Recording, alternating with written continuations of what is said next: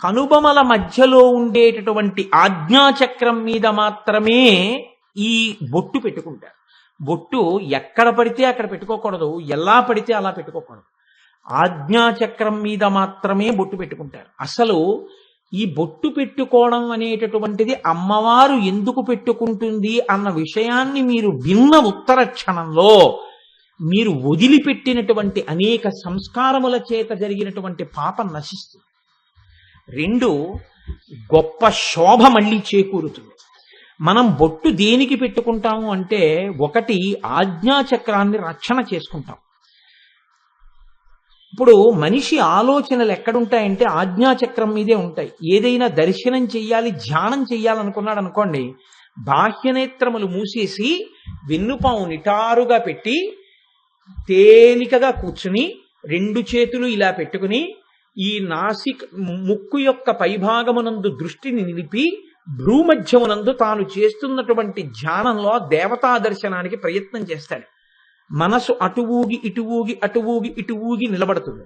నిలబడిన తర్వాత దర్శనం ఈ భ్రూమధ్యంలో ఆజ్ఞాచక్రం మీద జరుగుతుంది. అందుకే మీరు చూడండి, ఏదైనా గుర్తు రాలేదనుకోండి, గుర్తు రాకపోతే ఏం చేస్తారంటే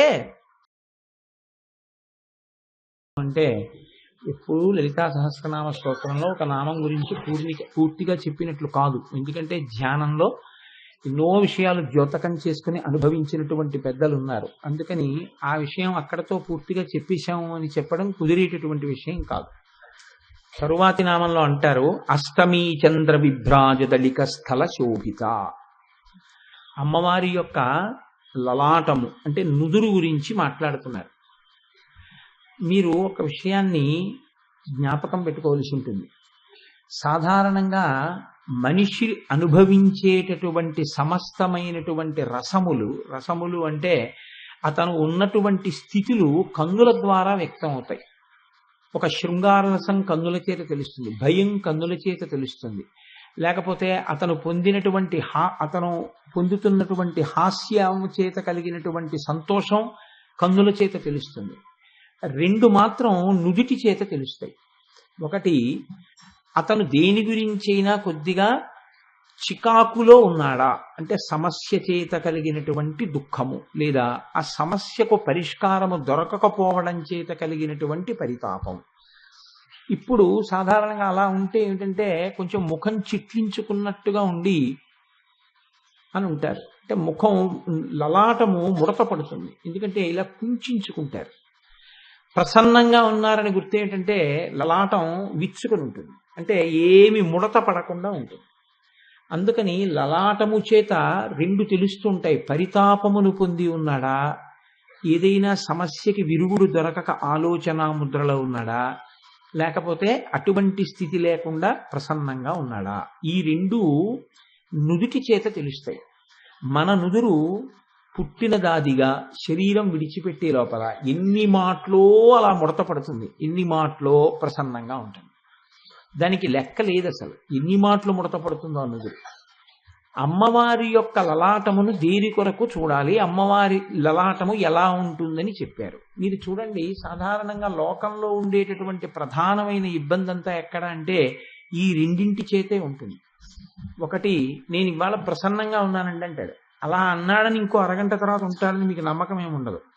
ఆ తర్వాత మీరు వెడితే కొంచెం చికాగ్గా ఉన్నానయ్యా అంటాడు. నేను ఎప్పుడు చికాగ్గా ఉంటాడో తెలియదు, ఎప్పుడు ప్రసన్నంగా ఉంటాడో తెలియదు. ఆయనకి తెలిస్తే మీకు చెప్తాడు, ఆయనకే తెలియదు. కాబట్టి ఆ లలాటము ఎప్పుడు ప్రసన్నంగా ఉంటుందో, ఎప్పుడు పరితాపముతో ఉంటుందో ఎవరు గుర్తుపట్టలేరు. కానీ అమ్మవారి లలాటమును గురించి మాట్లాడుతున్నారు కాబట్టి దానివల్ల మీకేం అర్థం అవ్వాలి? మీ యొక్క పరితాపమునకు ఉపశాంతి అమ్మవారి లలాట దర్శనము చేత ఉన్నది. ఎవరికైనా పరితాపం ఉందనుకోండి, ఏదైనా ఆ పరితాపమునకు ఉపశాంతి దేనివల్ల కలుగుతుంది అంటే అమ్మవారి యొక్క లలాట భాగమును తదేకముగా చూసి నమస్కారం చేస్తే వారి పరితాపము ఉపశమిస్తుంది. ఆవిడ యొక్క లలాటం ఎలా ఉంటుంది అంటే, మీరు వెళ్ళి దర్శనం చేయడం అనేటటువంటిది మంచిదే, నేను కాదన్ను. కానీ మీరు ఎప్పుడైనా ఏకాంతంలో దేవాలయంలోకి వెళ్ళి అమ్మవారి యొక్క లలాట దర్శనము చేయలేనటువంటి స్థితిలో ఉండగా అమ్మవారి లలాటమును ఒక్కసారి మనస్సులో దర్శనం చెయ్యాలి అని అనిపిస్తే అన్నిటికన్నా గొప్పది ఏది అంటే ఎప్పుడూ వెళ్ళి దర్శనం చేయడం కాదు, చేసిన దర్శనము యొక్క అనుభూతి ద్యోతకము కావాలి. మంచు ముక్క ఇలా ఉంటుంది, మంచు ముక్క అలా ఉంటుంది అని నేను మీకు ఎంతో వర్ణన చేసి చెప్పాను అనుకోండి, ఆహా అలా ఉంటుందా ఇలా ఉంటుందా, ముట్టుకుంటే చల్లగా ఉంటుందిట అంటారు. ఒక మంచు ముక్క తెచ్చి మీకు తగల్చాను అనుకోండి, అబ్బా ఎంత చల్లగా ఉందో అంటారు. అంటే అనుభూతి వేరు, అర్థం చేసుకోవడం వేరు. అర్థం చేసుకోవడం మంచిదే, అర్థం చేసుకోకుండా దర్శనం చేసుకోవడం మంచిదే. కానీ అర్థం చేసుకోకుండా చేసినటువంటి దర్శనంది చాలా తక్కువ స్థాయి అయితే, అర్థం చేసుకున్న తరువాత చేసినటువంటి దర్శనం అంతకన్నా పై స్థాయిలో ఉంటుంది.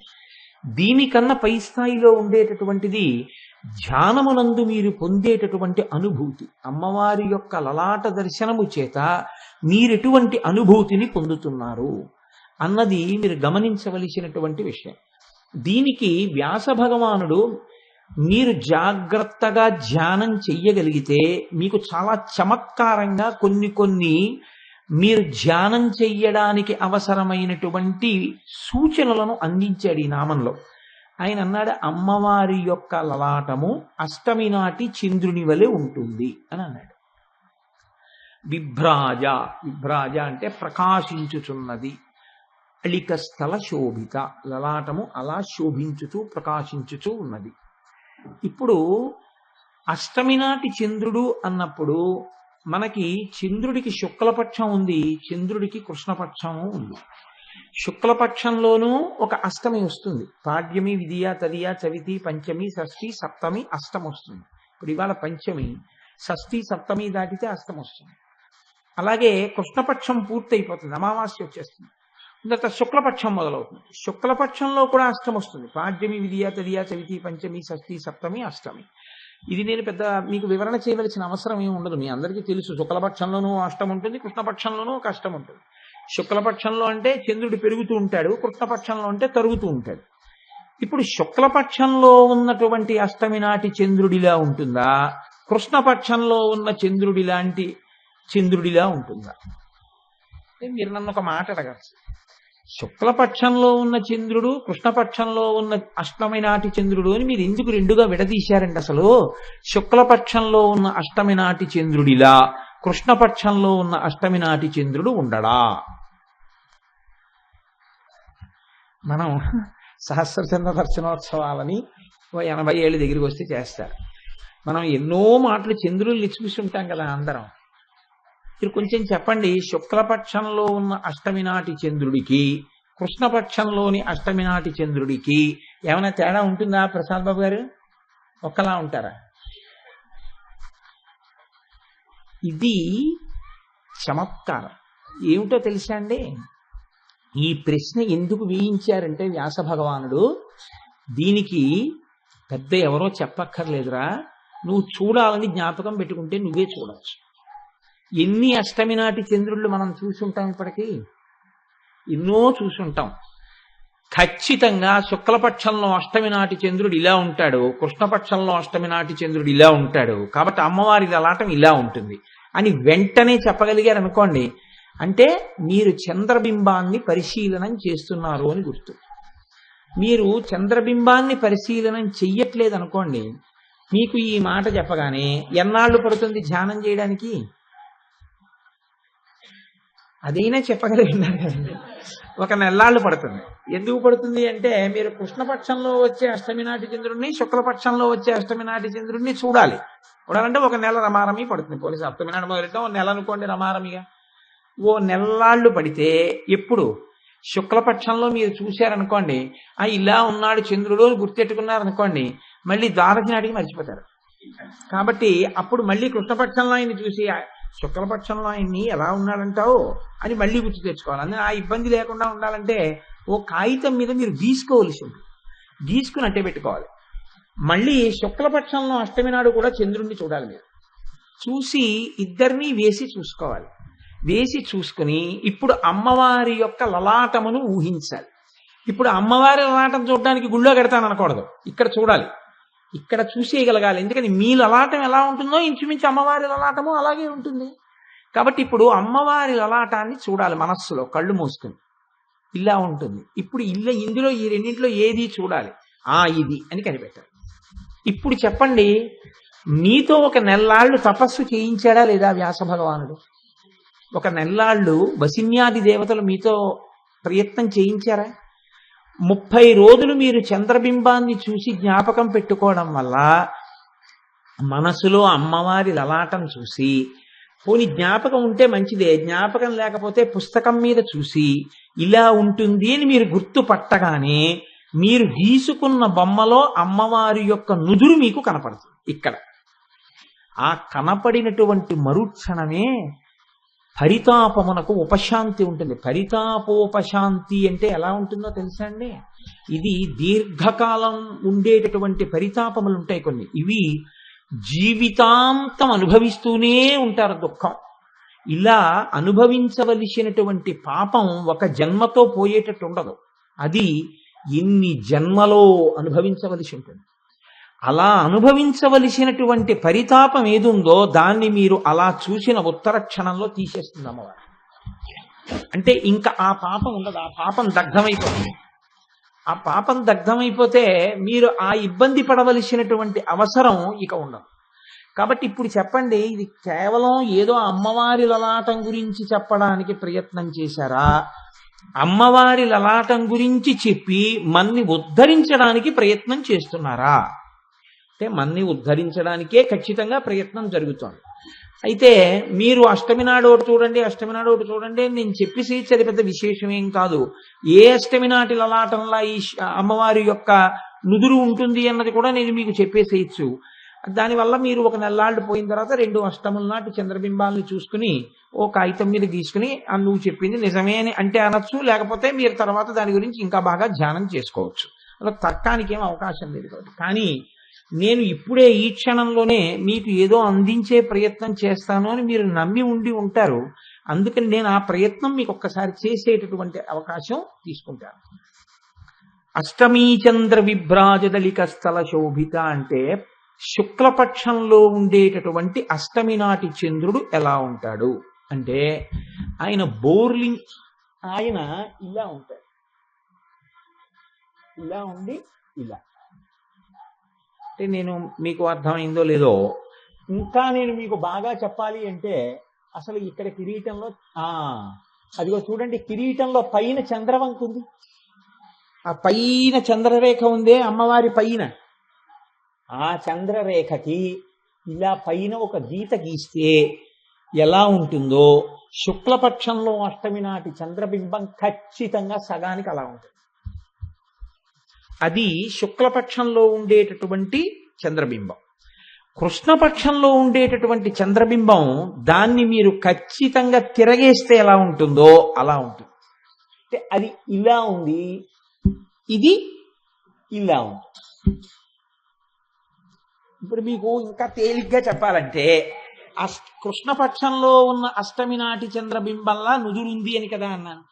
ఇప్పుడు అమ్మవారి నుదురు చూడండి, అక్కడికి ఏమైంది? అమ్మవారి నుదురు కృష్ణపక్షంలో ఉన్నటువంటి చంద్రబింబంలా ఉంది. ఇప్పుడు కృష్ణపక్షంలో ఉన్న చంద్రబింబాన్ని, అష్టమి నాటి చంద్రబింబాన్ని మీరు బాగా జ్ఞాపకం పెట్టుకుంటే ఆ చంద్రబింబం వంక చూడగానే మీకు అమ్మవారి యొక్క నుదురు కనపడుతుంది. చంద్రబింబం అష్టమి నాటి చంద్రబింబం కానివ్వండి, ఏది కానివ్వండి, చల్లతనాన్ని కలిగి ఉంటుంది. ఆ చల్లతనం ఏదో తెలుసా అండి? పరితాపము చేత వేడి ఉంటుంది, అది తీరిపోతే మనసు చల్లబడి. ఆ చంద్రుడి యొక్క చల్లతనమే మీరు కృష్ణపక్షంలోని అష్టమి నాటి చంద్రబింబంలో అమ్మవారి యొక్క లలాటమును చూడగలిగితే ఉత్తర క్షణంలో మీకు పోయిన పరితాపం, మీ పాపం నశించిపోయిందన్నమాట. అయితే ఆ చంద్రవంకలో మీరు అమ్మవారి యొక్క నుదురు చూడగలగాలి. అమ్మవారి నుదురు చూడడానికి అవకాశం ఏమిటి? మీరు ఇక్కడ ప్రతిరోజు చూస్తున్నారు చక్కగా తల్లి నుదురు.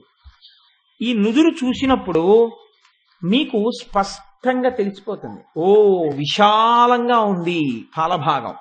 చాలా చిన్న పాలభాగం ఉందనుకోండి, నేను ఎవరిని ఉద్దేశించి అంటలేదు, అది సాముద్రికం రీత్యా దోషం. పాలభాగం విశాలంగా ఉందనుకోండి, విశాలమైనటువంటి పాలభాగం ఉంటే అది చాలా గొప్ప సాముద్రిక లక్షణం. అష్టమి నాటి చంద్రుడు ఎలా ఉంటాడో అలా ఇలా ఉండి గీతకిస్తే ఎలా ఉంటుందో అలా విశాలమైన ఫలభాగంతో అమ్మవారి యొక్క లలాటము ఉంటుంది. కాబట్టి ఇప్పుడు సాముద్రికం రీత్యా కూడా ఆ తల్లి, సాముద్రికం ఆవిడికి సరిపోవడం ఏమిటండి, ఆవిడే సాముద్రికాన్ని శాసిస్తుంది, అన్నిటికీ సరిపోయేటట్టే ఆ తల్లి ఉంటుంది అంతే. కాబట్టి పరమప్రసన్నురాలై మనందరినీ ఉద్ధరించగలిగినటువంటి జగదీశ్వరి అయి జగదంబయ్యి ఆ తల్లి ఉన్నది. ఇది మీరు లోపల గుర్తుపట్టగలగడానికి దీనికి మన వాళ్ళు అష్టమి చంద్ర విభ్రాజదళిక స్థల శోభిత, మీకు ఈ అవకాశం ఎన్నాళ్లలో వచ్చేస్తోంది? అది పెద్ద ప్రశ్నే. 3 రోజుల్లో వస్తోంది. వాళ్ళ పంచమి, షష్ఠి, సప్తమి, అష్టమి నాటి సాయంకాలం మీరు చూడగలరు.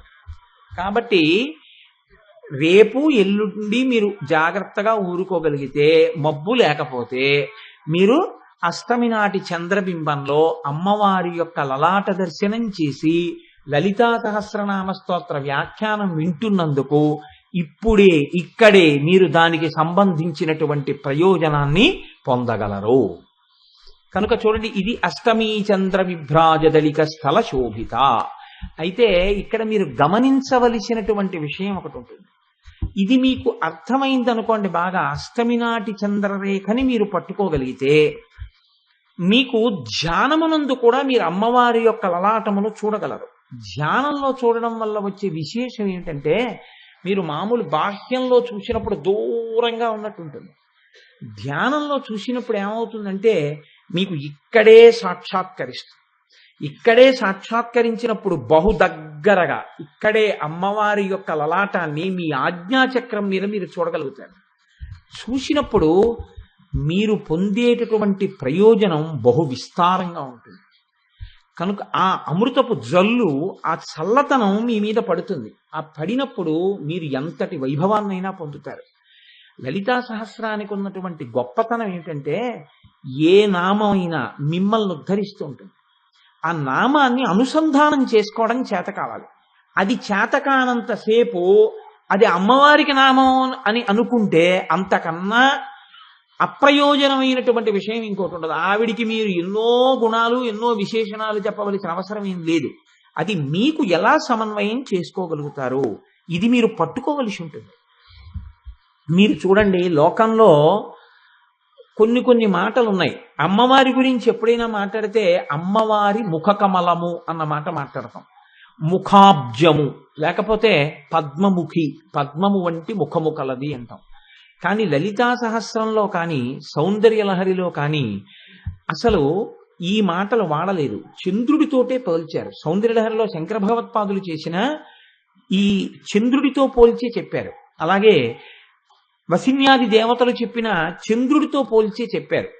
దీని వెనకాతల ఇంకేమైనా రహస్యం దాగి ఉందా మీరు పట్టుకోగలిగితే, అసలు అమ్మవారికి పరితాపం నేను తీరుస్తాను మీకు అన్న రహస్యాన్ని దేని ద్వారా మీకు చెప్తోందో కూడా మీకు తెలిసిపోతుంది. చాలా తేలికండి, ఇది పెద్ద విషయం ఏం కాదు. ఇది విన్నాక మీరు అంటారు, ఇవన్నీ మాకు తెలుసండి, మీరు చెప్తున్నారు అంతేకాని అంటారు.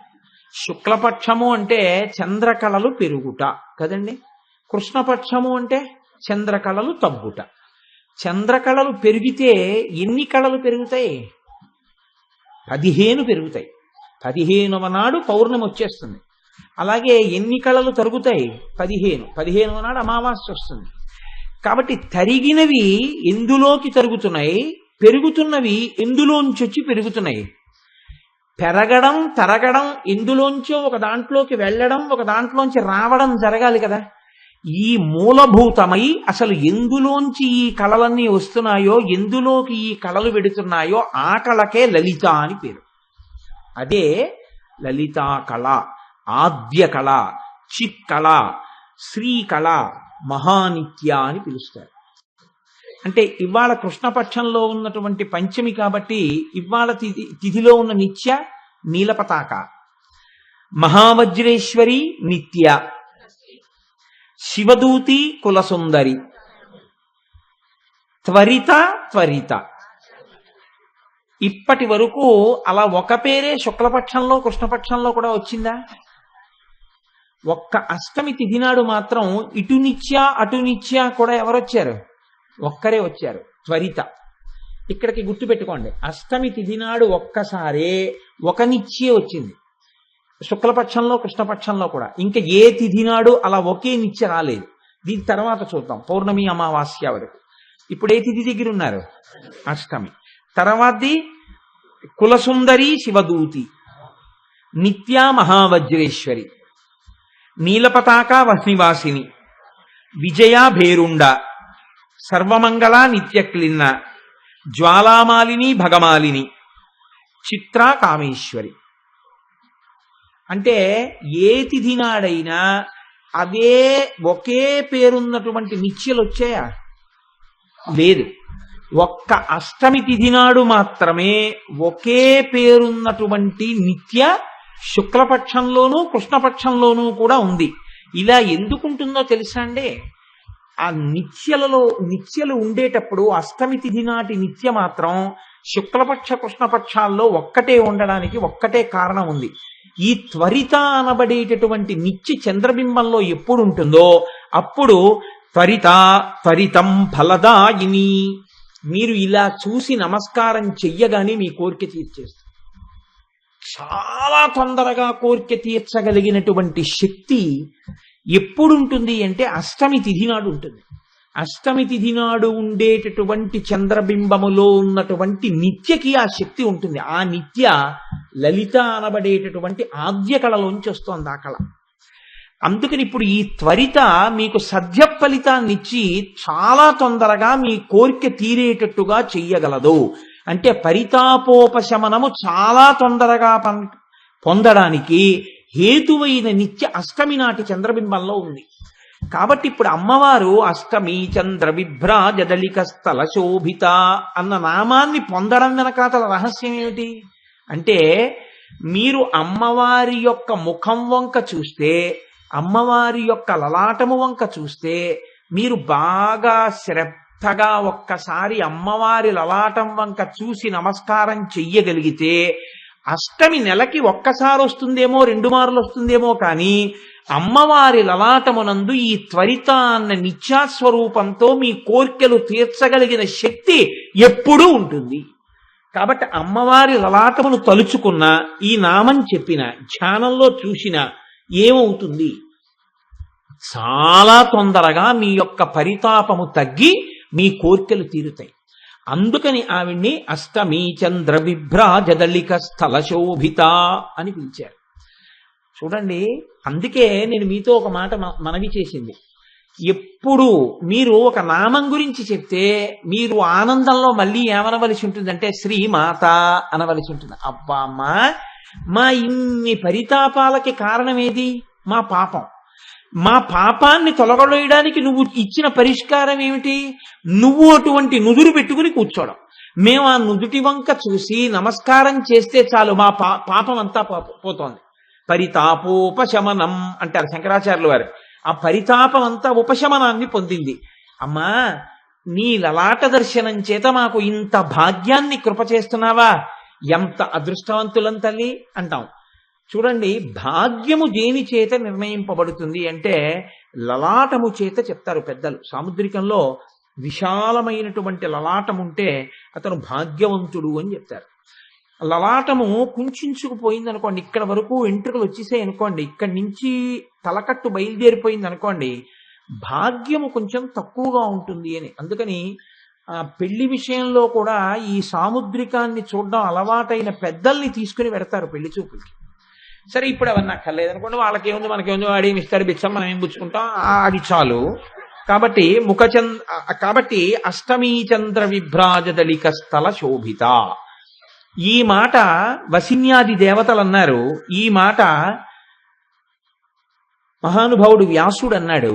కాబట్టి త్వరిత అన్న నిత్యాదేవత 2 వైపులా ఉంది కాబట్టి మార్పు లేదు.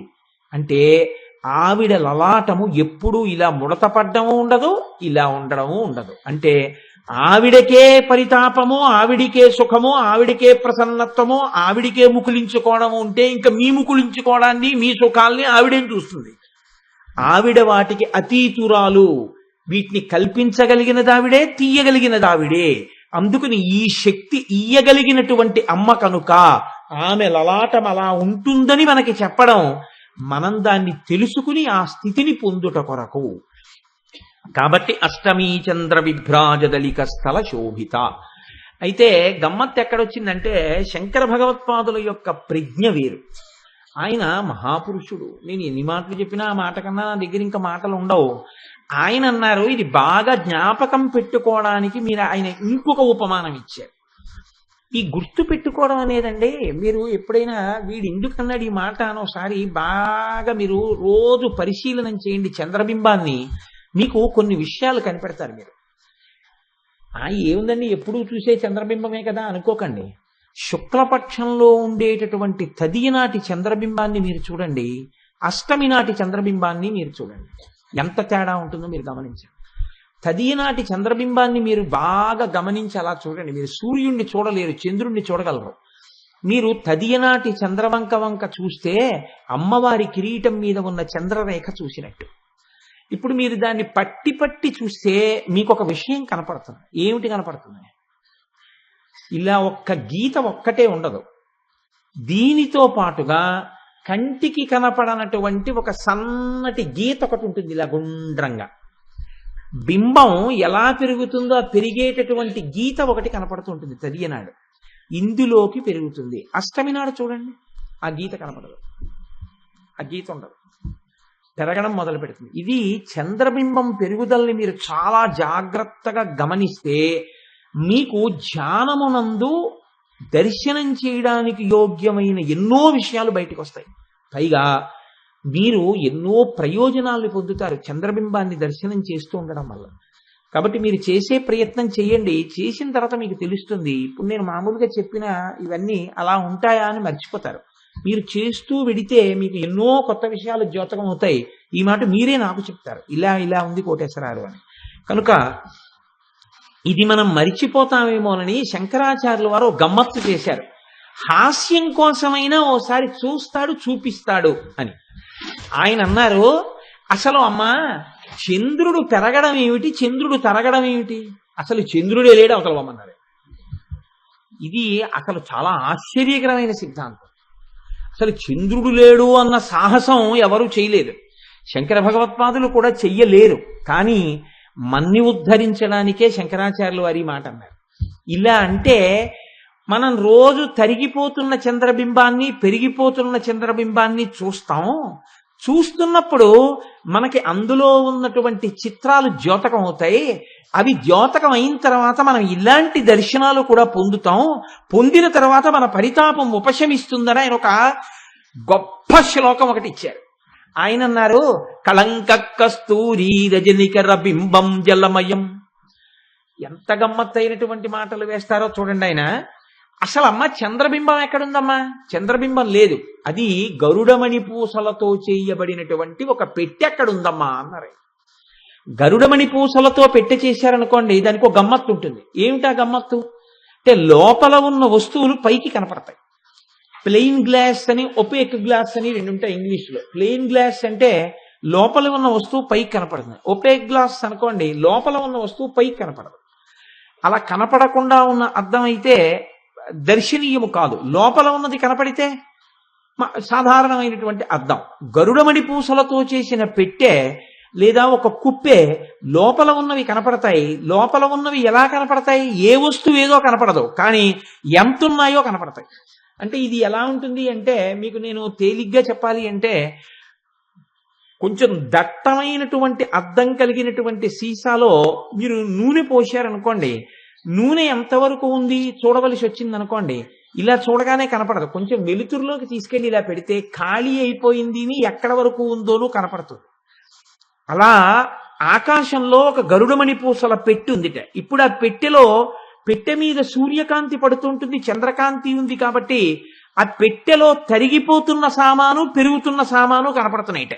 ఆ పెట్టిలో ఏమున్నాయన్నారు అంటే శంకరాచార్యులు వారు అంటారు, కళంక కస్తూరి రజనికర బింబం జలమయం కళాభికర్పూరైర్మరకత మరండన్ నిబిడితం అతస్వద్భోగేన ప్రతిదినమిదం రిక్తకుహరం విధిర్భూయో భూయో నిబిడయతి నూనం తవ కృతే అన్నారు.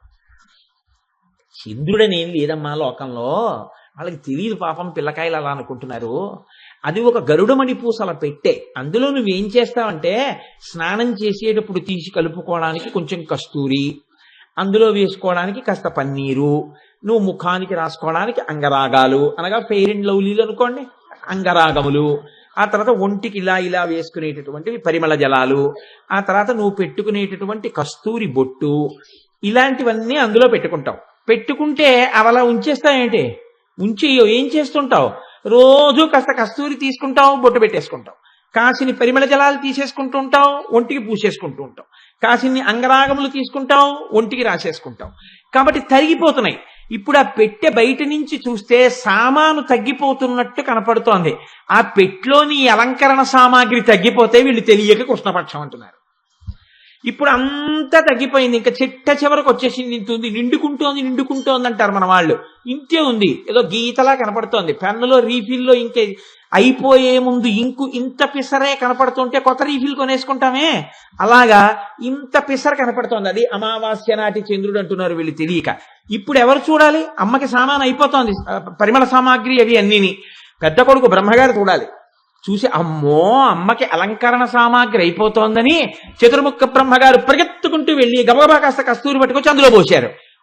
పౌర్ణమి నాటి చంద్రుడని వీళ్ళు అంటున్నారు తెలియక. కొంచెం పెరిగింది సామాను. మళ్ళీ బ్రహ్మగారు పరిగెత్తుకుంటూ కొట్టుకెళ్ళి మళ్ళీ తీసుకొచ్చి అందులో కాస్త కస్తూరి పోశారు, ఇంకొంచెం పెరిగింది. మళ్ళీ పరిగెత్తుకుంటూ కొట్టుకెళ్ళి కాస్త అంగరాగములు తెచ్చి అందులో పోశారు, ఇంకొంచెం పెరిగింది. ఆయన అలా పరిగెత్తుకెళ్ళి తీసుకొస్తున్నాడు, పోస్తున్నాడు. పెట్టెంతా నిండింది. పౌర్ణమి చంద్రుడని వీళ్ళు అంటున్నారు. అక్కడ పౌర్ణమి చంద్రుడేం లేడు. నీవు వాడుకునేటటువంటి అలంకరణ సామాగ్రితో కూడుకున్నటువంటి గరుడమణి పూసల పెట్టె, అందులో సామానంతా నిండింది. ఇప్పుడు అది పౌర్ణమి అంటున్నారు. అమ్మయ్యా, అమ్మకి సామానంతా పెట్టేశానని బ్రహ్మగారు వెళ్ళి కళ్ళు మూసుకు కూర్చునేటప్పటికీ మళ్ళీ నువ్వు తీసేసుకుంటున్నావు, రాసేసుకుంటున్నావు. విధిర్భూయో భూయో నిబిడయతి నూనం తవ కృతే. మళ్ళీ తగ్గిపోయేటప్పటికీ కోడలు చూసింది సరస్వతీదేవి.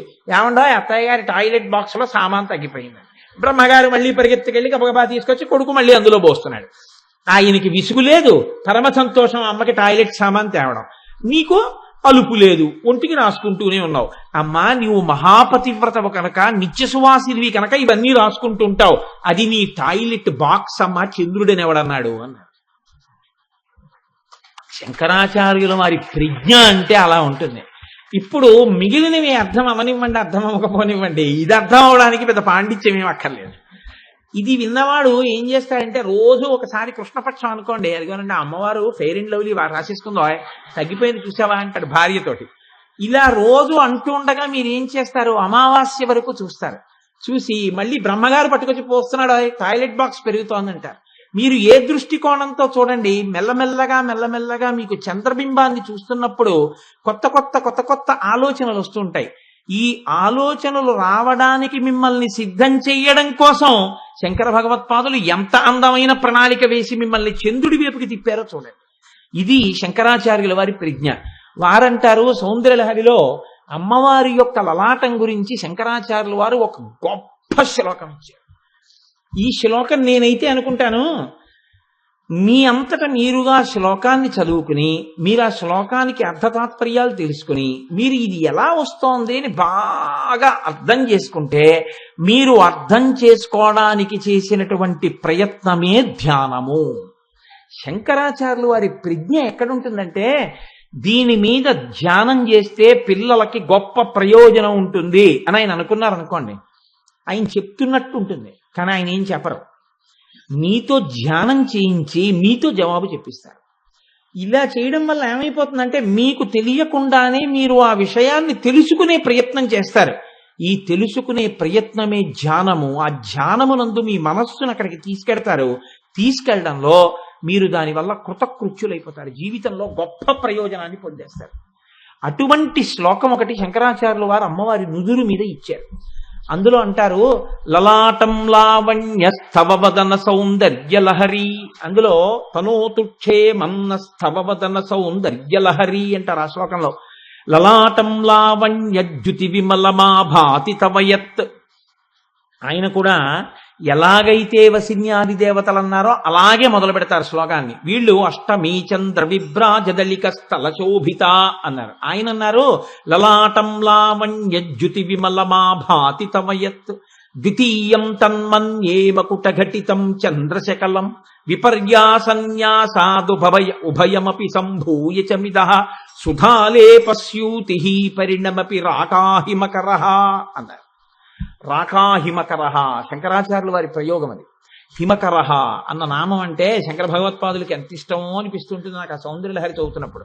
ఆ హిమకర హిమకర అన్న మాట ఎక్కువ వాడతారు. అందుకే చూడండి, ఇందులో ఆయన అంటారు, ఒక చిత్రమైనటువంటి ప్రతిపాదన ఒకటి చేస్తున్నారు శంకరాచార్యుల వారు. ఇది మీరు జాగ్రత్తగా పట్టుకోగలిగితే అష్టమి నాటి వరకు ఉండకుండా మీరు ఉత్తర క్షణంలో అమ్మవారి యొక్క లలాటమును, కిరీటము మీద చంద్రనేఖని, అమ్మవారి యొక్క మొత్తం ముఖాన్ని చూడగలిగిన శక్తి శంకరాచార్యుల వారు మీకు ఇచ్చేస్తున్నారు. 3 శక్తులను ఏకకాలమునందు మీకు ఇస్తున్నారు. దీన్ని పట్టుకునే పారవస్యాన్ని పొందుతూ ముత్తుస్వామి దీక్షితుల వారు కీర్తన చేశారు. కంజదలాయతాక్షి రాకా శశివదనే అంటూ, రాకా శశివదనే శంకరాచార్యుల వారిది ఆ ప్రయోగం. రాకా హిమకరః అని శంకరాచార్యుల వారు అన్నారు. రాకా హిమకరః అంటే పూర్ణచంద్రుడు అని. రాకా శశివదనే అంటే పూర్ణచంద్రుడి వంటి ముఖము కలదానా అని ముత్తుస్వామి దీక్షితర్ అన్నారు. దీక్షితర్ ఎంత స్థాయికి వెళ్ళారంటే, నేను అందుకే కొంచెం బాధతో మాట్లాడవలసి వచ్చింది వాళ్ళ త్యాగరాజ స్వామి గురించి. ఆ భక్తి అలవాటు చేసుకుని కీర్తనలు పాడండి అని నేను చెప్పడానికి కారణం అదే. దీక్షితర్ వారు కంచి క్షేత్రంలో కామాక్షి అమ్మవారి ముందు కూర్చున్నారు. కూర్చుని ఉంటే శిష్యులందరూ చుట్టూ కూర్చుని, మీరు మాకు ఇంకా ఇది నేర్పాలి అది నేర్పాలి, మీరు ఇలా పాడితే ఇంకా ఇలా కీర్తన పాడితే బాగుంటుంది అంటుంటే ఆయన అన్నారు, ఇంకా ఇలా ఎన్నాళ్ళు కీర్తనలు పాడను అన్నారు. అంటే ఆయనకి ఇంకా ఇలా పాడడంలో, ఆ బ్రహ్మానందంలో అమ్మవారిని చేరిపోవాలన్న కోరిక కలిగింది. ఇది నాదోపాసన అంతే. అమ్మవారికి వినపడింది ఆ కోరిక. ఆయన తంబురా పట్టుకుని కీర్తన పాడుతూ, కీర్తన పాడడం అంటే రాసుకు పాడేవారు కాదు వాగ్గేయకారులు. ఆయన అమ్మవారి వంక చూస్తూ కామాక్షి అమ్మవారి వంక పశుపాశ విమోచని కామాక్షి అని కీర్తన చేస్తున్నారు. పశుపాశ విమోచని అని కీర్తనలో ఆలాపన చేసి ఆ మాట అన్నారు ఆయన. కామాక్షి అని అమ్మవారి వంక చూశారు. అలాగే కూర్చున్నారు గురువుగారు. గురువుగారి చేతిలో ఉన్న తంబురా జారిపోయింది. శిష్యులు ఏమిటి గురువుగారు పాడటం లేదని దగ్గరికి వెళ్ళారు. అలా చూస్తున్నటువంటి దీక్షితర్ అమ్మవారిలోకి కలిసిపోయారు. ఉత్తర క్షణంలో అమ్మవారు అనుగ్రహించేసింది. నేను మీకు పరమ సత్యం చెప్తున్నాను, ఇంత పవిత్రమైన వేదిక మించి నాకు అబద్ధాలు చెప్పవలసినంత దౌర్భాగ్యం నాకు లేదు. అమ్మవారి విషయంలో మీరు చేసిన ధ్యానం సద్య ఫలితం ఉత్తర క్షణంలో మీకు ప్రయోజనాలు ఇచ్చేస్తుంది. అంత శక్తివంతమైనవి ఇంకొకటి లేవు. అంత ప్రసన్నమూర్తి అమ్మ. అందుకనే శంకర భగవత్పాదులు ఎంత తాపత్రయపడ్డారు ఈ జాతి కోసం. సౌందర్యలహరి అందుకు ఇచ్చారు ఆయన. ఆయన అంటారు, లలాటం లావణ్యద్యుతి విమలమా భాతి తవయత్. అసలు ఏమి మహానుభావుడండి, ఏమి మాటలు పడతాయండి. విమలం అంటారు. విమలం అంటే ఆ నుదురు మట్టితో లేదు, చెమటతో లేదు. చెమట మట్టి ఈ రెండు ఎక్కడుంటాయి అంటే మొదట నుదుటి మీద పడతాయి. యోగశాస్త్రం గురించి ఉపోద్ఘాతం ఉంది. మా దొరగారికి బాగా తెలిసి ఉంటుంది. యోగా చేసే వాళ్ళ గురించి మొట్టమొదట ఒక మాట చెప్తారు. యోగా ఎంతవరకు చెయ్యాలి, లేదా ఒక వయస్సు దాటిన వాళ్ళు వ్యాయామం చేసేటప్పుడు ఎంతవరకు చెయ్యాలి అన్న దానికి ఇతరమైనటువంటి బడలికని గుర్తుపట్టలేకపోతే లోపల ఉన్నటువంటి ముఖ్యమైనటువంటి అవయవాలు డస్సిపోకుండా శక్తిని పొందడం వరకు వ్యాయామం చేయాలి తప్ప అవి డస్సిపోయేటట్టు వ్యాయామం చేయకూడదు. అది ఎలా తెలుస్తుంది అని అడిగారు. నుదుటి మీద చెమట బిందువు వచ్చే వరకు అని చెప్పారు. నుదుటి మీద చెమట బిందువు పట్టిందనుకోండి ఇంకా వ్యాయామం చెయ్యవద్దు అని శరీరం చెప్పినట్టు. బాడీ లాంగ్వేజ్ అని ఉంటుంది. బాడీ లాంగ్వేజ్ అంటే శరీరం మాట్లాడుతుంది. Pain is a language of the body. నొప్పి అనేది శరీరము యొక్క మాట. ఏదో తేడా వచ్చిందనుకోండి, మీరు దానికి హాజరు కారు, అప్పుడు శరీరం మాట్లాడుతుంది. ఇక్కడ తేడా వచ్చింది, నువ్వు దీన్ని పట్టించుకోవట్లేదు, ఇక్కడ నేను ఇబ్బంది పడుతున్నాను, వ్యవస్థలో ఇక్కడ ఒక దోషం ఏర్పడింది, నువ్వు దీని గురించి పట్టించుకో అని చెప్తుంది. ఈ పట్టించుకోని చెప్పడమే నిప్పి. అప్పుడు మీరు వైద్యుడి దగ్గరికి వెడితే ఎక్కడ నిప్పి అక్కడ ఎక్స్రే తీసి ఇక్కడ ఏదో అరిగిపోయిందో ఇక్కడ ఏదో కరిగిపోయిందో అని చెప్తారు. ఎందుకంటే ఆయన యందు ఈశ్వరాంశ ఉంటుంది కాబట్టి. వైద్యుడు సాక్షాత్తు ఈశ్వరుడు అని చెప్పింది శాస్త్రం. వైద్యో నారాయణో హరి వేద్యో వైద్య సదాయోగి ప్రథమో దైవ్యోభిషకో. వేదం 1కి 10 మార్లు ఒక డాక్టర్ అవ్వాలి అంటే ఈశ్వరుడి యొక్క అనుగ్రహం పరిపూర్ణంగా వ్యక్తిలో ప్రవేశిస్తే అతడు వైద్యుడవుతాడని చెప్తాను. అందుకే బహుశా ఏ వృత్తిని వేదం అంతగా శ్లాఘించలేదు. అంత శ్లాఘించింది వైద్య వృత్తినే శ్లాఘించింది. అందుకే వైద్యుడు అనేటప్పటికీ నమస్కార యోగ్యుడు ఆయన. కనుక చూడండి, ఇప్పుడు నుదుటి మీద మనకి చెమట పడుతుంది. ఎందుకంటే మనం ఎప్పుడూ ఏదో బడలిపోతుంటాం. అలిసిపోవడంలో చెమట ఎక్కువ ఎక్కడ పడుతుందంటే నుదుటి మీద పడుతుంది. నుదుటి మీద పట్టేటటువంటి చెమట చేత వెంటనే దుర్గంధ భూయిష్టమవుతుంది. నుదురు చెడ్డవాసన వస్తుంది. కానీ అమ్మవారి యొక్క నుదురు ఎలా ఉంటుంది? విమలం. ఎప్పుడు దాని మీద ఏ విధమైనటువంటి ధూళితో కూడి ఉండదో, ప్రసన్నంగా చక్కగా ఉంటుంది. లలాటం లావణ్య. లావణ్యము అన్న మాటకు అర్థం ఏమిటో తెలుసా అండి? తిక్కన గారు మహాభారతంలో దీని గురించి ద్రౌపదీదేవి ఆరోపించి మాట్లాడతాడు. ఎలదీవ గప్పిన ఎలవి పరాగంబు క్రియమేన మెదిరి రిణువొప్ప అంటాడు. కీచకుడు ఆవిడ్ని పట్టి లాగేటప్పటికీ ఆవిడ వయస్సు చాలా పెద్దదే. కానీ ఆవిడ పట్టి లాగితే నేల మీద పడిపోతే ద్రౌపదీదేవి ఎంత అందంగా ఉంది అంటే, లేతయాలుక తీగ నేల మీద పడి మట్టెంటుకుంటే ఎంత అందంగా ఉంటుందో కింద పడిన ద్రౌపది అంత అందంగా ఉంది అన్నాడు. ఎందుకని? ఆవిడిది అమ్మవారి అంశ. యాజ్ఞసేని ఆవిడ అగ్నిహోత్రంలోంచి పుట్టింది. పుడుతూనే యవ్వనంతో పుట్టింది ఆవిడ. ద్రౌపదీదేవి అంటే మాటలు కాదు మహాభారతంలో, అంతటి గొప్ప తల్లి. అందుకని లావణ్యము అంటే వయస్సుతో పోనిది, కాలగతిలో పోకుండా ప్రకాశించేదేదో దాన్ని లావణ్యమని పిలుస్తారు. చాలా అందంగా ఉంది అనడానికి, నన్ను మన్నించండి, నేను ఏ నీచ భావనతో చెప్పట్లేదు, ముఖాన్ని దృష్టిలో పెట్టుకుని సాధారణంగా చెప్తారు చాలా బాగున్నారు అని. కానీ చాలా బాగున్నారు అని చెప్పడానికి ప్రధాన హేతువైన ముఖము ఏది ఉందో అది ముడతలు పడిపోతుంది, జర్జరీ భూయిష్టం అయిపోయి వయసు అయిపోయిన తర్వాత నుదురంతా ముడతలే, ఈ బుగ్గలు సాగిపోతాయి, అందవికారం అయిపోతుంది. కానీ అప్పుడు కూడా అమ్మవారిలా ఉందండి ఆవిడ అంటారు. కొంతమందిని చూసి చూడండి, వెలిగిపోతుంటారు. అది అమ్మవారి యొక్క అంశ ఉందన్నమాట. లావణ్యము, తరగనటువంటి సౌందర్యముతో ఉంటారు వయస్సులో.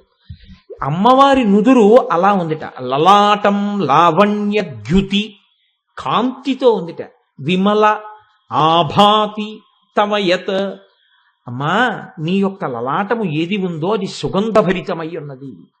ఇప్పుడు మీరు దగ్గరగా ఇక్కడ అమ్మవారి లలాట దర్శనం చేస్తే అమ్మవారు ఒంటికి రాసుకున్నటువంటి అంగరాగముల యొక్క వాసన మీకు తగులుతుంది. అందుకే ఇది మీరు విని వదిలిపెట్టేయండి. అంటే అమ్మవారి ఉపాసనలో పెద్ద రహస్యం ఏమిటో తెలుసా అండి? అమ్మవారి ప్రసన్నమవుతోందని గుర్తు ఏమిటంటే కుంకుమ వాసన ముందొస్తుంది.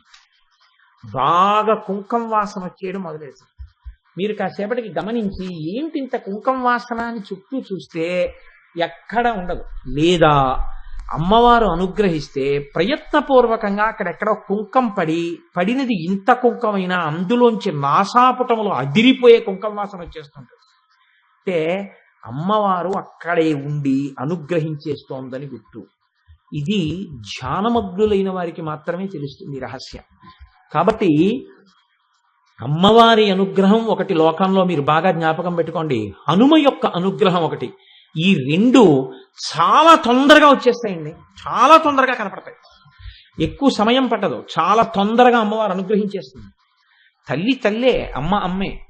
కాబట్టి చూడండి, లలాటం లావణ్య ద్యుతి విమల మాభాతి తవయత్ ద్వితీయం తన్మన్యే మకుటఘటితం చంద్రశకలం. ఇప్పుడు శంకరాచార్యుల వారు మొదటి పాదంలో అమ్మవారి యొక్క నుదుటి గొప్పతనాన్ని చెప్పారు. చెప్పి స్కిప్డ్ అంటారే, అలా సడన్ గా అకస్మాత్తుగా ఆ లలాటము గురించి వదిలిపెట్టేసి ఒక్క దూకు దూకారు. ఎక్కడికి వెళ్ళిపోయారు ఆయన? దేని గురించి మాట్లాడుతున్నారు? ద్వితీయం తన్మన్యే. మన్యే అంటే ఊహించుచున్నాను, ఊహించుచున్నాను అంటే ధ్యానించుచున్నాను. ద్వితీయం తన్మన్యే మకుట ఘటితం చంద్రశకలం. అమ్మా, చంద్రుడి యొక్క ఒక అర్ధభాగము నీ యొక్క కిరీటము మీద ఉన్నదని నేను ఊహించుతున్నాను. ఇప్పుడు శంకరాచార్యుల వారు చెప్పింది ముందు అలా గుర్తుపెట్టుకోండి. చంద్రుడిలో ఒక అర్ధభాగం ఎక్కడుంది? కిరీటం మీద ఉంది.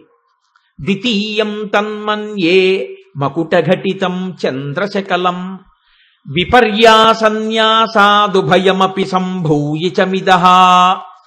రెండవ అర్ధభాగం నేను చెప్పక్కర్లేదు, నీ లలాటంలా ఉంది.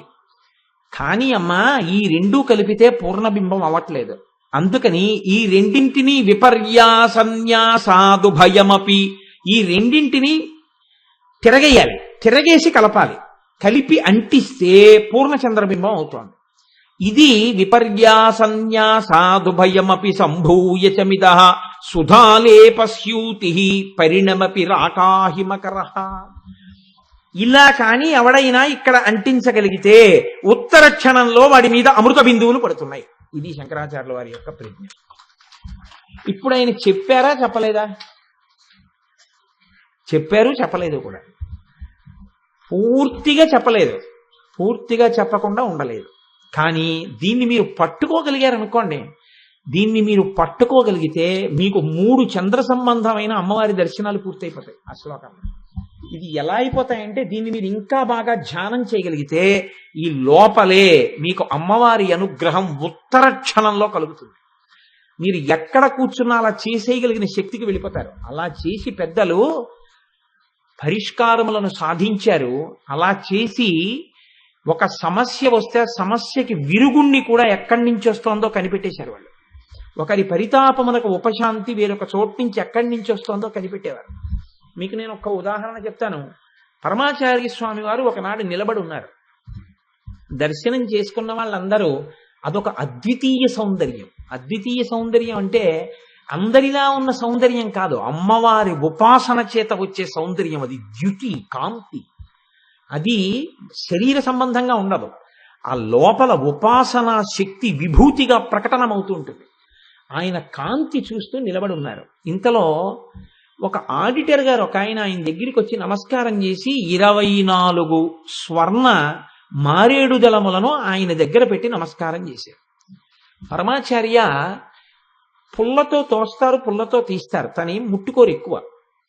వాటిని తీసుకుని ఎడం చేతిలో పట్టుకున్నారు. 24 బంగారు మారేడు దళాలను పట్టుకున్నారంటే సాధారణంగా ఎవరికో ఇవ్వడమో ఏదో ఉంటుంది కాబట్టి అందరూ చూస్తున్నారు. ఎవ్వరికి ఇవ్వలేదేమో.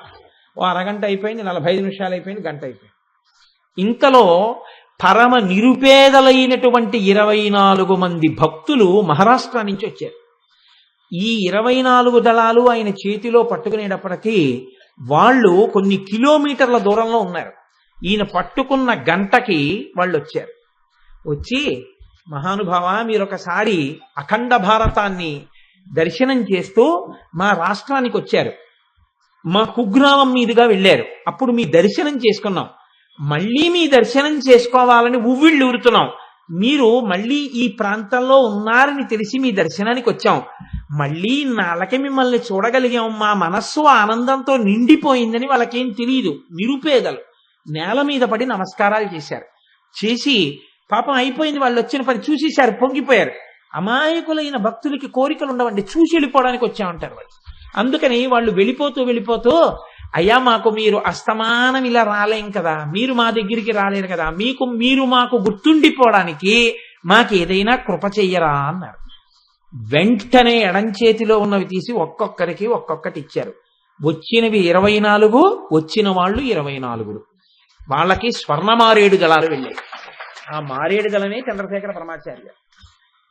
ఇది అమ్మవారి యొక్క ఉపాసన చేసిన వారి యందు ప్రకాశించేటటువంటి విభూతి. వారు ఆ స్థితిని చేరుకుంటారు. అయిందానికి కాందానికి అలా ఏం వాడరో, ఏమీ తెలియనట్టు ఉంటారు, కానీ ఆ అనుగ్రహాన్ని పొందుతారు అమ్మవారి అనుగ్రహంతో. కాబట్టి శంకర భగవత్పాదులు మనకి మన పరితాపోపశమనము కొరకు ఇవాళ ఒక పెద్ద ప్రయోగం ఆయన ఇస్తున్నారు. లలాటం లావణ్యద్యుతి విమలమా భాతి తమయత్.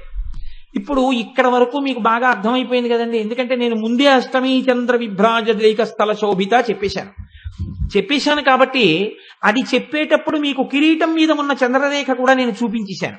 చూపించేశాను కాబట్టి ఇప్పుడు చూడండి, అమ్మవారి యొక్క లలాటము ఏ పక్షంలో ఉన్నటువంటి అష్టమి నాటి చంద్రబింబంలా ఉంది? కృష్ణపక్షం. కృష్ణపక్షంలో ఉన్నటువంటి చంద్రబింబంలా ఉంది కాబట్టి ఇలా ఉంది కదండి. ఇలా శంకరాచార్యులు వారు అంటున్నారు, కృష్ణపక్షంలో ఉన్న చంద్రబింబం ఇలా ఉంది.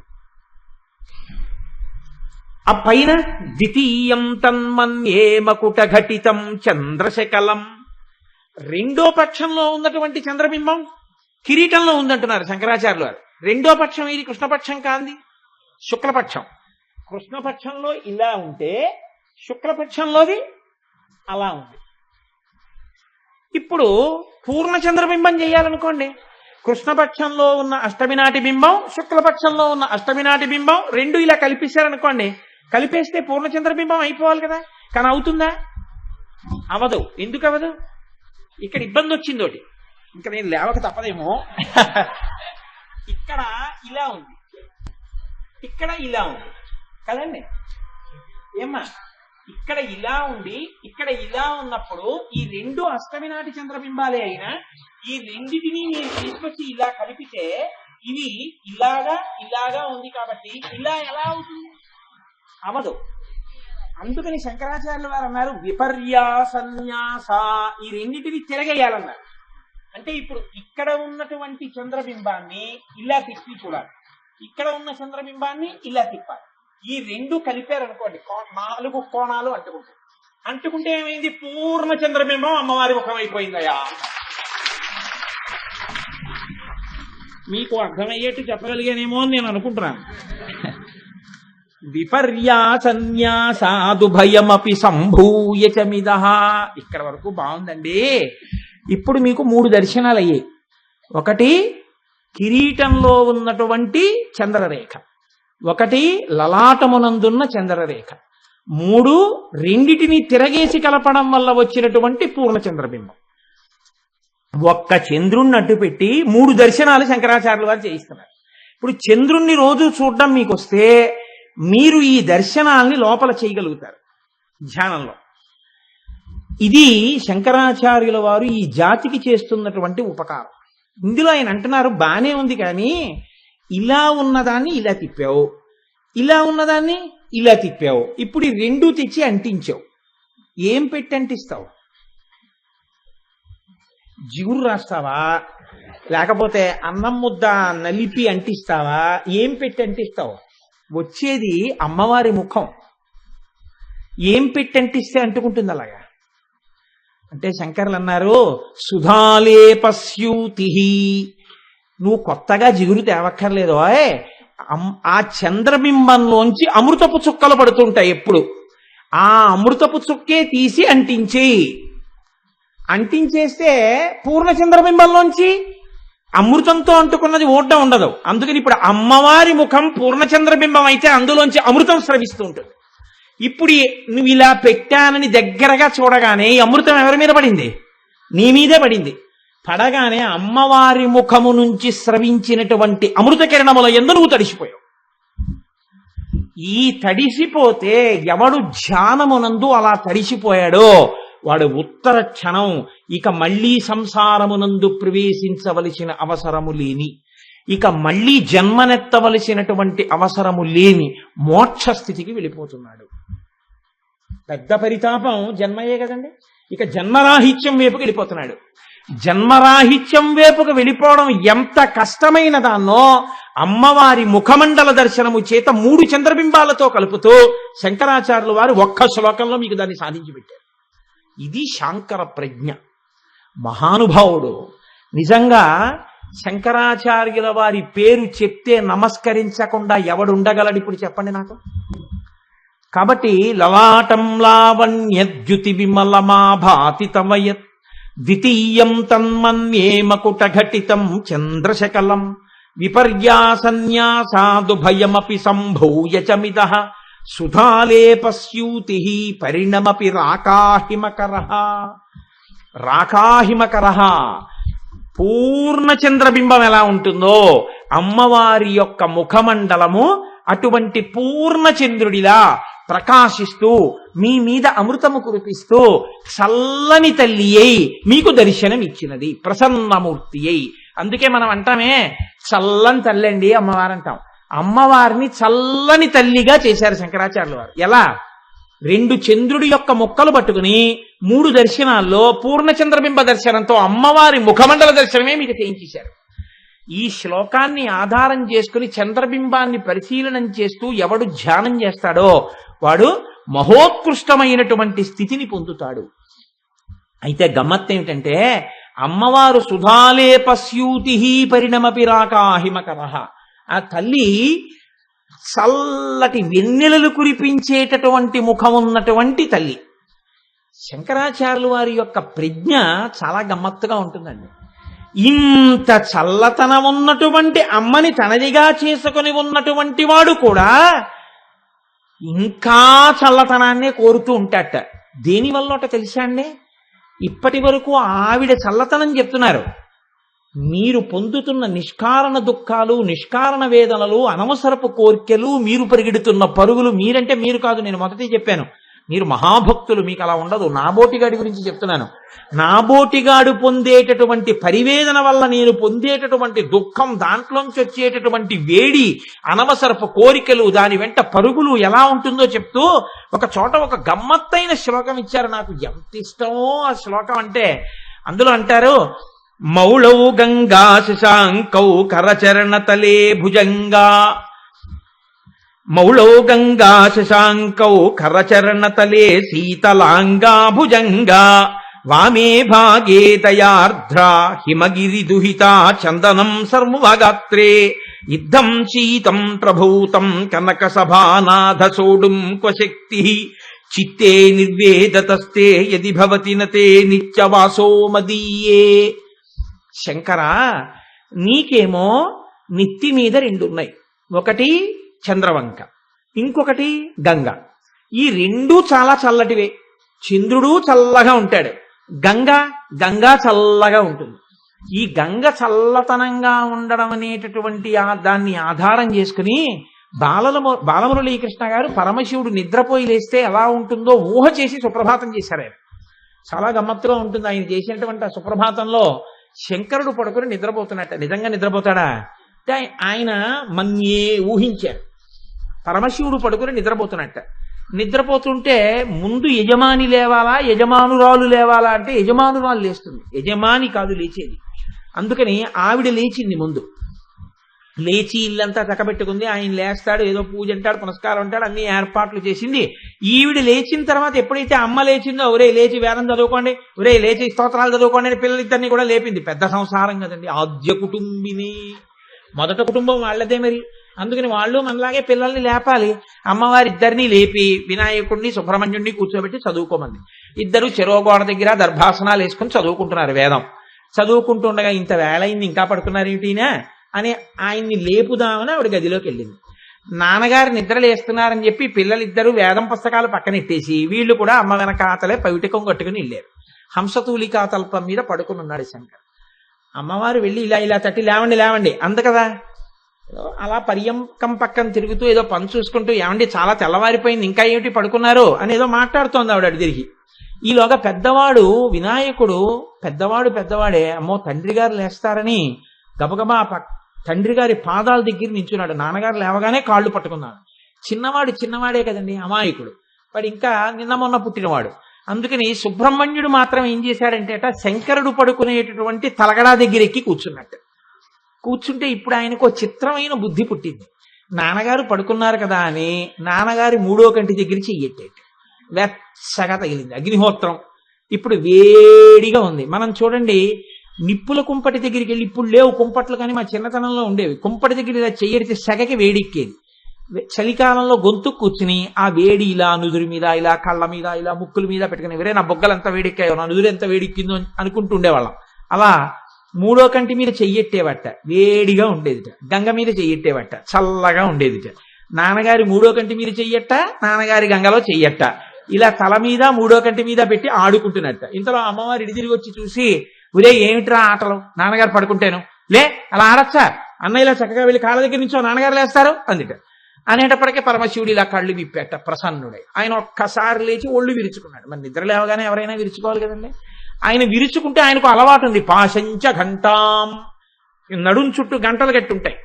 ఆయన ఇలా ఒళ్ళు విరుచుకునేటప్పటికీ గణగణ గణగణ గంటలు మోగి, ఈ గణగణ గణగణ గంటలు మోగేటప్పటికీ అమ్మ బాబోయ్ శంకరుడు బయటికి వచ్చేస్తున్నాడులా ఉంది, నేను గబగబా ఆయన్ని తీసుకెళ్ళడానికి సిద్ధమైపోవాలని, ఇంకా శంకరుడు లేవలేదు కదా అని. పాపం చలికాలం ఆ నంది పడుకునేటప్పుడు చాలా గమ్మత్తుగా పడుకుంటుంది. వెనక 2 కాళ్ళు మడిచేసి కడుపు కిందకు పెట్టుకుంటుంది, ముందు 2 కాళ్ళు మాత్రం ఇలా మడతేసుకు పడుకుని ఇలా ఓ పక్కకి ఒరిగి అలా ఎత్తి చూస్తూ, ఒక్కొక్కసారి దానికి ఇంకా విశ్రాంతిగా పడుకోవాలనిపించింది అనుకోండి, భూమి మీదకి ఇలా ఒరిగిపోయి యువతల దవడ తగిలేటట్టుగా ముఖాన్ని పెట్టేసి ఇలా 2 కళ్ళు మూసుకు పడుకుంటే దాని మీద ఒక పక్షి వాలి కొద్దిగా అలా అలా అలా పడుస్తోంది అనుకోండి, ఇంకా తన్మయావస్థలో పడుకోడు. అలా పడుకుని ఉన్నట్ట నందీశ్వరుడు. ఈలోగా గంటలు వినపడ్డాయి. అమ్మో శివుడు లేచాడని ఒక్కసారి నంది లేచి ఒళ్ళు విరుచుకుని ముందుకు సాగి అంబా నడిచాట. ఈ అరుపు విని నెమలనుకుందిట, అయ్య బాబోయ్ ఎక్కడో మేఘాలు ధ్వని చేస్తున్నాయి, మేఘం ధ్వని చేస్తే నెమలి కదా, అందుకని ఆ మేఘ ధ్వని వినబడేటప్పటికి నాట్యం చేయాలి. నెమలి లేచి నాట్యం మొదలెట్టింది. ఇంతకీ ఇదంతా అల్లరంతా ఏమిటి అంటే పరమశివుడు హిమాలయాల్లో కైలాసంలో నిద్రలేస్తుంటే ఇలా ఉంటుందని ఊహించి ఆయన సుప్రభాతం చేశారు బాలమురళీకృష్ణ గారు. సరే అదొక సందడి అనుకోండి, ఇప్పుడు మళ్ళీ అక్కడితో చాలు, ఇంకా అంతకన్నా వెళ్ళిపోతే ఇంకా సౌందర్యలహరి లలితా సహస్రంలోంచి బాలమురళీకృష్ణ గారి సుప్రభాతం ఇంకా దానికి ఒక అంతు పంతు లేకుండా వెళ్ళిపోతుంది. కాబట్టి ఇంతకీ నేను మీకు ఈ విషయాన్ని దేనికి మనవి చేయవలసి వచ్చింది అంటే, పరమశివుడి యొక్క తల మీద మౌళో గంగా శశాంకౌ, ఆయన తల మీద గంగ ఉంది, చంద్రబింబం ఉంది, తల చల్లగా ఉంటుంది. ఇవి చాలదన్నట్టు కరచరణ తలే శీతలాంగా భుజంగా, చేతులకి కాళ్ళకి అన్నింటికి పాములు చుట్టుకుని ఉంటాడు. మెడలో పాము అడుగు భాగం చల్లగా ఉంటుంది, అందుకని ఒంటికి పావులన్నీ చల్లగా తగులుతుంటాయి. వామే భాగే దయార్ధ్ర హిమగిరి దుహిత, ఎడమ పక్కనేమో అమ్మవారు కూర్చుని ఉంటుంది, ఆవిడేమో హిమాలయ పర్వతాలకి రాజైనటువంటి హిమవంతుని కూతురు, అందుకని పుట్టుకతోనే చల్లతనం. ఇది చాలదన్నట్టు దయార్ద్ర అపారమైన దయ కలిగిన తల్లి, అందుకని ఇంకా చల్లగా ఉంటుంది. చల్లని తల్లి పక్కన భార్య, అందుకని ఈ పక్కన చల్లతనం. చందనం సర్వగాత్రే, ఒంటి నిండా చందనం రాసేశారు కాబట్టి ఒంటి నిండా చల్లతనం. ఇది చాలదన్నట్టు మార్గశీర్ష మాసం ఆర్ద్ర నక్షత్రం, అపారమైన చలి, ఉహూయ నివడక లోకముర్వీనాథానందరూ వణుకుతున్నారు. ఈయనకి మాత్రం ఇవి చాలదన్నట్టు నెత్తి మీద ధారాపాత్ర, దాని మించి పడుతున్నటువంటి నీళ్లు. యుద్ధం శీతం ప్రభూతం కనక సభానాథ సోఢుం శక్తి. ఇంత చల్లతనం ఎలా భరిస్తున్నావయ్యా మార్గశిర మాసంలో ఆర్ద్ర నక్షత్రంలో ఆ శివాలయంలో పైనుంచి ఆ పడుతున్నటువంటి ఆ చల్లటి నీళ్ళని ఎలా భరించగలుగుతున్నావు శంకరా నువ్వు అని కవి అన్నాడు. నాకు అర్థమైంది. చిత్తే నిర్వేదతస్తే యది భవతి నతే నిత్యవాసో మదీయే. నువ్వు నా హృదయంలో కదా ఉంటావు, నా దిక్కుమాలిన గుండెల్లో ఎప్పుడు కోరికలు తీరలేదని ఏడుపులు, ఈ రెండే కదా. అందుకని దీంట్లో ఉన్నంత వేడి తట్టుకోవడానికి నీకింత చల్లదనం కావలసి వచ్చింది అన్నాడు. ఈశ్వరా, అందుకు నన్ను పెట్టుకున్నా నా వేడి నిన్ను చల్లబరచలేకపోతోంది, ఇంత వేడిగా ఉంటుందయా నా గుండెలు అన్నాడు. కాబట్టి అమ్మవారి యొక్క చల్లతనం సుధాలేపస్యూతి రాకాహిమగిరి సుత. ఆ తల్లి ఎంత చల్లటి ముఖమండలాన్ని కలిగి ఉంటుంది అంటే అందులోంచి వచ్చేటటువంటి అమృత బిందువులు మన యొక్క మనస్సుల్ని చల్లపరిచి మన యొక్క పరితాపమును ఉపశాంతి కలగచేస్తాయి. కాబట్టి ఎవరు అమ్మవారి యొక్క లలాటమును దర్శనం చేస్తున్నారో వాళ్ళకి ఉత్తర క్షణంలో కలిగేటటువంటి ప్రయోజనం అమ్మవారి యొక్క అనుగ్రహాన్ని పొందగలరు. కాబట్టి అష్టమీ చంద్ర విభ్రాజదలిక స్థల శోభిత నామం 16 అక్షరాల నామం, మధ్యలో ఎక్కడా విరవకూడదు, కానీ పరమశక్తివంతమైనటువంటి నామం. దీని తర్వాత వెంటనే అంటారు, ఈ 2 నామాల్ని వేరువేరుగా వ్యాఖ్యానం చేయడం ఇష్టం లేక ఇవాళే దీన్ని తీసుకొచ్చేసే ప్రయత్నం నేను చేస్తున్నాను. ముఖచంద్ర కళంకాభం మృగనాభి విశేషక అంటే అమ్మవారి యొక్క లలాటం గురించి చెప్పినప్పుడు లలాటములో ఉన్నటువంటి బొట్టు గురించి వెంటనే చెప్పేస్తున్నారు. ఎంత గొప్ప మాట వాడారంటే వసిన్యాది దేవతలు ముఖచంద్ర కళంకాభం మృగనాభి విశేషక, అమ్మవారి బొట్టు దేనితో పెట్టుకుంటుంది, అంటే మృగనాభితో పెట్టుకుంటుంది. మృగనాభి అంటే కస్తూరి. మృగనాభి అంటే కస్తూరి మృగం యొక్క బొడ్డు దగ్గర నుంచి ఆ కస్తూరి వస్తుంది. ఆ కస్తూరి మృగం ఏం చేస్తుందంటే దాని వాసన దానికి తగులుతుంది మేత మేసేటప్పుడు. అబ్బా ఎంత సువాసన వస్తుందో, ఎక్కడిదో ఈ సువాసన అనేది అడివంతా పరిగెడుతుంది. దానికి తెలియదు దాని బొడ్డు దగ్గరే కస్తూరి పైకొచ్చింది, ఆ కస్తూరిదే ఈ సువాసన అది తెలుసుకోలేదు. ఆ కస్తూరి మృగం యొక్క నాభి దగ్గర నుంచి ఊరినటువంటి ద్రవం కాబట్టి దానికి మృగనాభి అని పేరు. కాబట్టి ముఖచంద్ర కళంకాభం మృగనాభి విశేషక. అమ్మా, నీ ముఖమండలమునందు నీ లలాటమునందు పెట్టుకున్నటువంటి బొట్టు ఎలా ఉందో తెలుసా? చంద్రబింబములో ఉండేటటువంటి మత్స చంద్రబింబమునకు ఎంత సహజంగా ఉండి ఎంత శోభనిస్తోందో నీ ముఖమునకు ఉండేటటువంటి బొట్టు అంత సహజముగా ఉంటుంది. అంటే రెండవ కోణం నా నోటితో నేను అనక్కర్లేదు. చంద్రుడు మత్స లేకుండా ఎప్పుడూ కనపడడు, అమ్మవారు ఎప్పుడూ బొట్టుతోనే కనపడుతూ ఉంటుంది. ఎప్పుడూ మత్సతో కనపడిన చంద్రుడిలా ఎప్పుడూ బొట్టుతోటే అమ్మవారు కనపడుతూ ఉంటుంది. అంటే ఆవిడ యొక్క సువాసినిత్వం, ఆవిడ యొక్క ఐదోతనం అందులో ప్రకటనమవుతోంది. లలాటమును చూసినప్పుడు లలాటం మధ్యలో అమ్మవారి యొక్క బొట్టు కూడా కనపడుతుంది. దేవతలు కస్తూరి బొట్టు పెట్టుకుంటారు గుండ్రంగా. అందుకే కస్తూరి తిలకం లలాట ఫలకే వక్షస్థలే కౌస్తుభం నాసాగ్రే నవమౌక్తికం కరతలే వేణుం కరే కంకణం సర్వాంగే హరిచందనం చ కలయం కంఠే చ ముక్తావళీం గోపస్త్రీ పరివేష్టితో విజయతే గోపాల చూడామణి అంటాడు కృష్ణకర్ణామృతంలో మహానుభావుడు. కనుక ఇక్కడ కూడా అమ్మవారు కస్తూరి బొట్టే పెట్టుకుంటుంది. అందుకే మనం ఇప్పటికీ అమ్మవారి గురించి చెప్తే కస్తూరి తిలకంచి తేందు విలసత్రోద్భాసి పాలస్థలీం కర్పూర ద్రవమిశ్ర చూర్ణ కపురా మోదోల్ల సద్వీటికాం లోలాపాంగ తరంగ తైరితి కృపాసారైర్నతానందినీం శ్రీశైల స్థలవాసినీం భగవతీం శ్రీమాతరం భామయే అంటాం. అమ్మవారి ముఖంలో బొట్టు ఎప్పుడూ చంద్రబింబంలో మత్స ఎలా ఉంటుందో అంత సహజంగా బొట్టుతో ఉంటుంది. ఇక్కడ మీరు ఈ బొట్టు అనగానే కొన్ని విషయాల్ని తెలుసుకోవలసి ఉంటుంది. అమ్మవారి బొట్టు ఎంత గొప్పది అంటే ఆ తల్లి ప్రకటనముగా పక్కన లేకపోయినా ఎప్పుడూ ఆమె భగవంతుడితో శక్తి స్వరూపిణిగా కలిసే ఉంటుంది. దీనికి నేను తరచు చెప్తుంటాను. పోతన గారు అనుభవించినటువంటి సన్నివేశాన్ని. బ్రహ్మచారిగా వచ్చాడు వామనమూర్తి, పక్కన భార్య లేదు. భార్య లేకపోయినా ఆయనకి దానం చేసేటప్పుడు బలిచక్రవర్తి అన్నాడు, రమ్మా మానవ కొత్తమ లెమ్మాని వంచితమ్ము లేదనకిత్తున్ చెమ్మ అడుగుల ఇటురా నిమ్మా కడు గంగ వలయు నేటికి తడయన్. ఇదిగోనయ్యా బంగారు పళ్ళెం, బ్రహ్మచారి పాదాలు పెట్టి కడుగుతానన్నాడు. బ్రహ్మచారి కాబట్టి ఆ బంగారు పళ్ళెంలో నుంచి కాళ్ళు కడగమన్నాడు.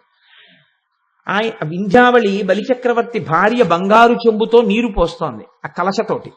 బలిచక్రవర్తి కాళ్ళు కడుగుదామని వంగాడు. పోతన గారు అన్నారు, బలిదైత్యేంద్ర కరద్వగీకృత జల ప్రక్షాళన వ్యాప్తికిం జలజాతక్షుడు సాచ యోగి సుమనః సంప్రర్థిత శ్రీదమున్ కలితానమ్ర రమా లలాట పదవీ కస్తూరికాషాదమున్ నళినామోదము రత్ననూపరము నానావేదమున్ పాదమున్ అన్నారు. ఆ శ్రీమన్నారాయణుడు బ్రహ్మచారిగా ఉన్న వామనమూర్తిగా కాళ్ళు కడుగుదామని వంగిన బలిచక్రవర్తికి బ్రహ్మచారిగా ఉన్నటువంటి వామనమూర్తి పాదముల రెండింటి మీద కస్తూరి బొట్లు రెండు కనబడ్డాయిట. ఎక్కడవి కస్తూరి బొట్లు అన్నారు. నిద్ర లేవగానే అమ్మవారు తన పతి కనుక, పరమగురువు కనుక ఆయన పాదములకు తన లలాటము తగిలేటట్టుగా వంగి నమస్కారం చేస్తుంది. చేసినప్పుడు ఆవిడ లలాటమునకు పెట్టుకున్నటువంటి కస్తూరి తిలకం ఆయన పాదాల మీద ముద్రబడింది. అందుకని అమ్మవారు అంతటి మహాపాతివ్రత్యాన్ని తన బొట్టు చేత కూడా ఆవిష్కరిస్తుంటుంది. మీరు ఒక విషయాన్ని బాగా జ్ఞాపకం పెట్టుకోవాల్సి ఉంటుంది. కనుబొమల మధ్యలో ఉండేటటువంటి ఆజ్ఞాచక్రం మీద మాత్రమే ఈ బొట్టు పెట్టుకుంటారు. బొట్టు ఎక్కడ పడితే అక్కడ పెట్టుకోకూడదు, ఎలా పడితే అలా పెట్టుకోకూడదు. ఆజ్ఞాచక్రం మీద మాత్రమే బొట్టు పెట్టుకుంటారు. అసలు ఈ బొట్టు పెట్టుకోవడం అనేటటువంటిది అమ్మవారు ఎందుకు పెట్టుకుంటుంది అన్న విషయాన్ని మీరు విన్న ఉత్తర క్షణంలో మీరు వదిలిపెట్టినటువంటి అనేక సంస్కారముల చేత జరిగినటువంటి పాపం నశిస్తుంది. రెండు, గొప్ప శోభ మళ్ళీ చేకూరుతుంది. మనం బొట్టు దేనికి పెట్టుకుంటాము అంటే, ఒకటి ఆజ్ఞాచక్రాన్ని రక్షణ చేసుకుంటాం.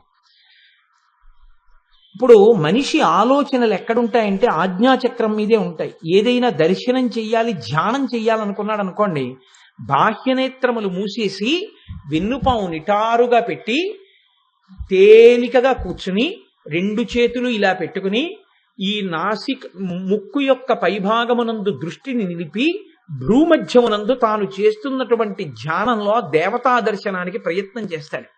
మనసు అటు ఊగి ఇటు ఊగి అటు ఊగి ఇటు ఊగి నిలబడుతుంది.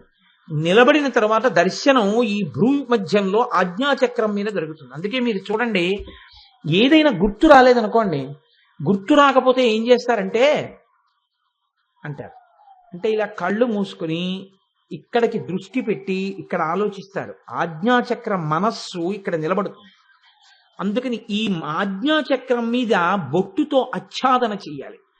సాధారణంగా లోకంలో ఉండేటటువంటి ప్రజ్ఞ ఎలా ఉంటుందంటే, ఎప్పుడూ ఆజ్ఞాచక్రం బొట్టు చేత ఆచ్ఛాదన చేయబడితే ఒకటి దృష్టి దోషం ఉండదు.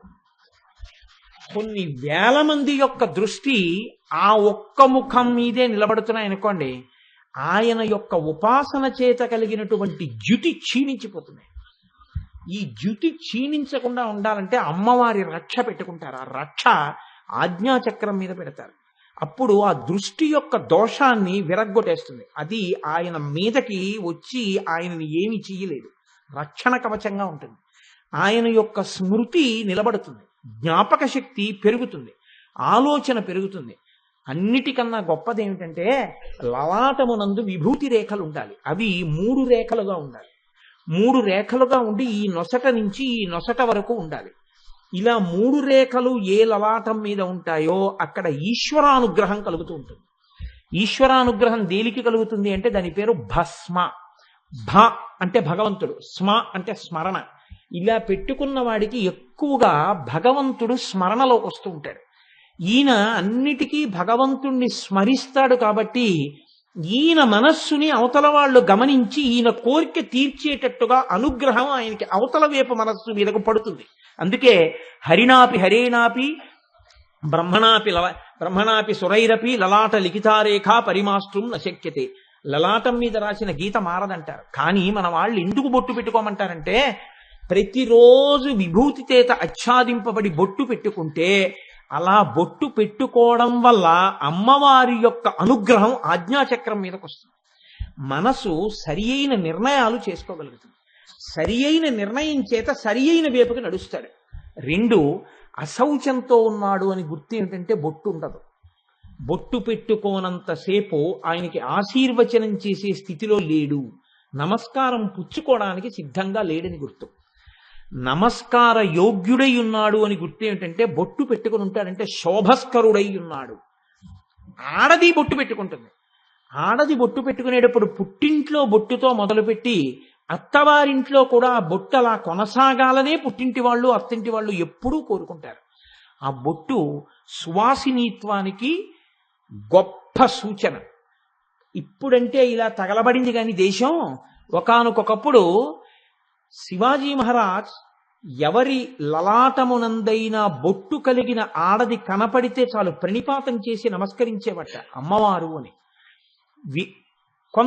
కొన్ని మతాల్లో ఉన్నటువంటి వాళ్ళు బొట్టు పెట్టుకోరు.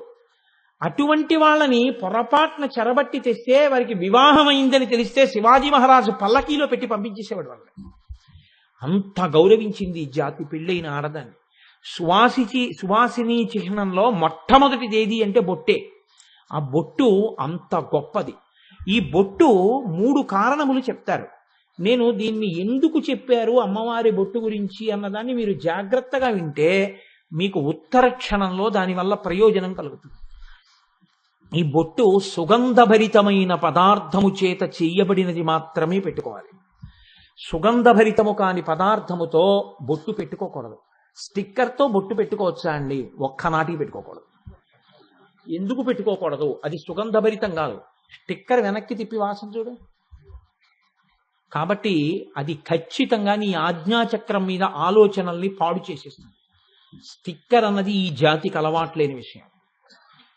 బొట్టు ఎలా పెట్టుకోవాలి అంటే కుంకుమతో పెట్టుకుంటారు, కస్తూరితో పెట్టుకుంటారు, తిలకంతో పెట్టుకుంటారు. ఎందుకు పెట్టుకుంటారు అంటే ఇవి పరిమళాన్ని కలిగి ఉంటాయి. తిలకం మంచి పరిమళంతో ఉంటుంది, కుంకుమ అసలు అమ్మవారు. ఇవి పరిమళ ద్రవ్యాలు. అందుకని బొట్టు పెట్టుకునేటటువంటి పదార్థము పరిమళ భరితమై ఉండాలి. 2, అది ఉత్తర క్షణంలో పవిత్రతని సూచిస్తుంది. ఈ పవిత్రత అని ఒకటి ఉంటుంది. ఆ పవిత్రమై ఉన్నాడు అంటే తాను పవిత్రంగా ఉంటే తప్ప తాను ఇతరమైనటువంటి పని చెయ్యడం కుదరదు. 3, సువాసినీత్వానికి మొట్టమొదటి సూచన ఏది అంటే బొట్టే. అసలు ఆ బొట్టుతోనే కనపడుతూ ఉండాలి ఎప్పుడు. కాబట్టి చూడండి, పురుషుడికి జీవితంలో అభ్యున్నతి ఎప్పుడు ప్రారంభం అవుతుంది అని అడిగారు. వాడు ఎంత వేదం చదువుకోనివ్వండి, సమావర్తనము అని ఒక ప్రక్రియ ఉంటుంది. పెళ్లి చేసేటప్పుడు ఈ సమావర్తనం చేస్తారు స్నాతకంలో. ఈ సమావర్తనం చేసేటప్పుడు బ్రహ్మచర్య ఆశ్రమం నుంచి గృహస్థాశ్రమంలోకి ప్రవేశిస్తాడు. ఈ గృహస్థాశ్రమంలోకి ప్రవేశిస్తే ఎందుకొరకు ప్రవేశించాలి? ఆడదాన్ని బొట్టు పెట్టుకొమ్మని, మగవాణ్ణి బొట్టు పెట్టుకొమ్మని శాస్త్రం ఎందుకు చెప్పిందో చూడండి. అలా బొట్టు లేకపోతే వాడు సంస్కార రహితుడు అని గుర్తు. వాడు ఏది చెయ్యడానికి అర్హతని పొంది ఉండడు. సరికదా? ఎప్పుడు అశౌచాన్ని మోసుకుంటూ ఉంటాడు. కాబట్టి బొట్టు ఎప్పుడూ ఉండాలి ముఖాన. ఎందుచేత అంటే మగవాడికి జన్మతః 3 రుణాలు ఉన్నాయి. ఈ 3 రుణాలే, ఒకటి పితృ రుణం.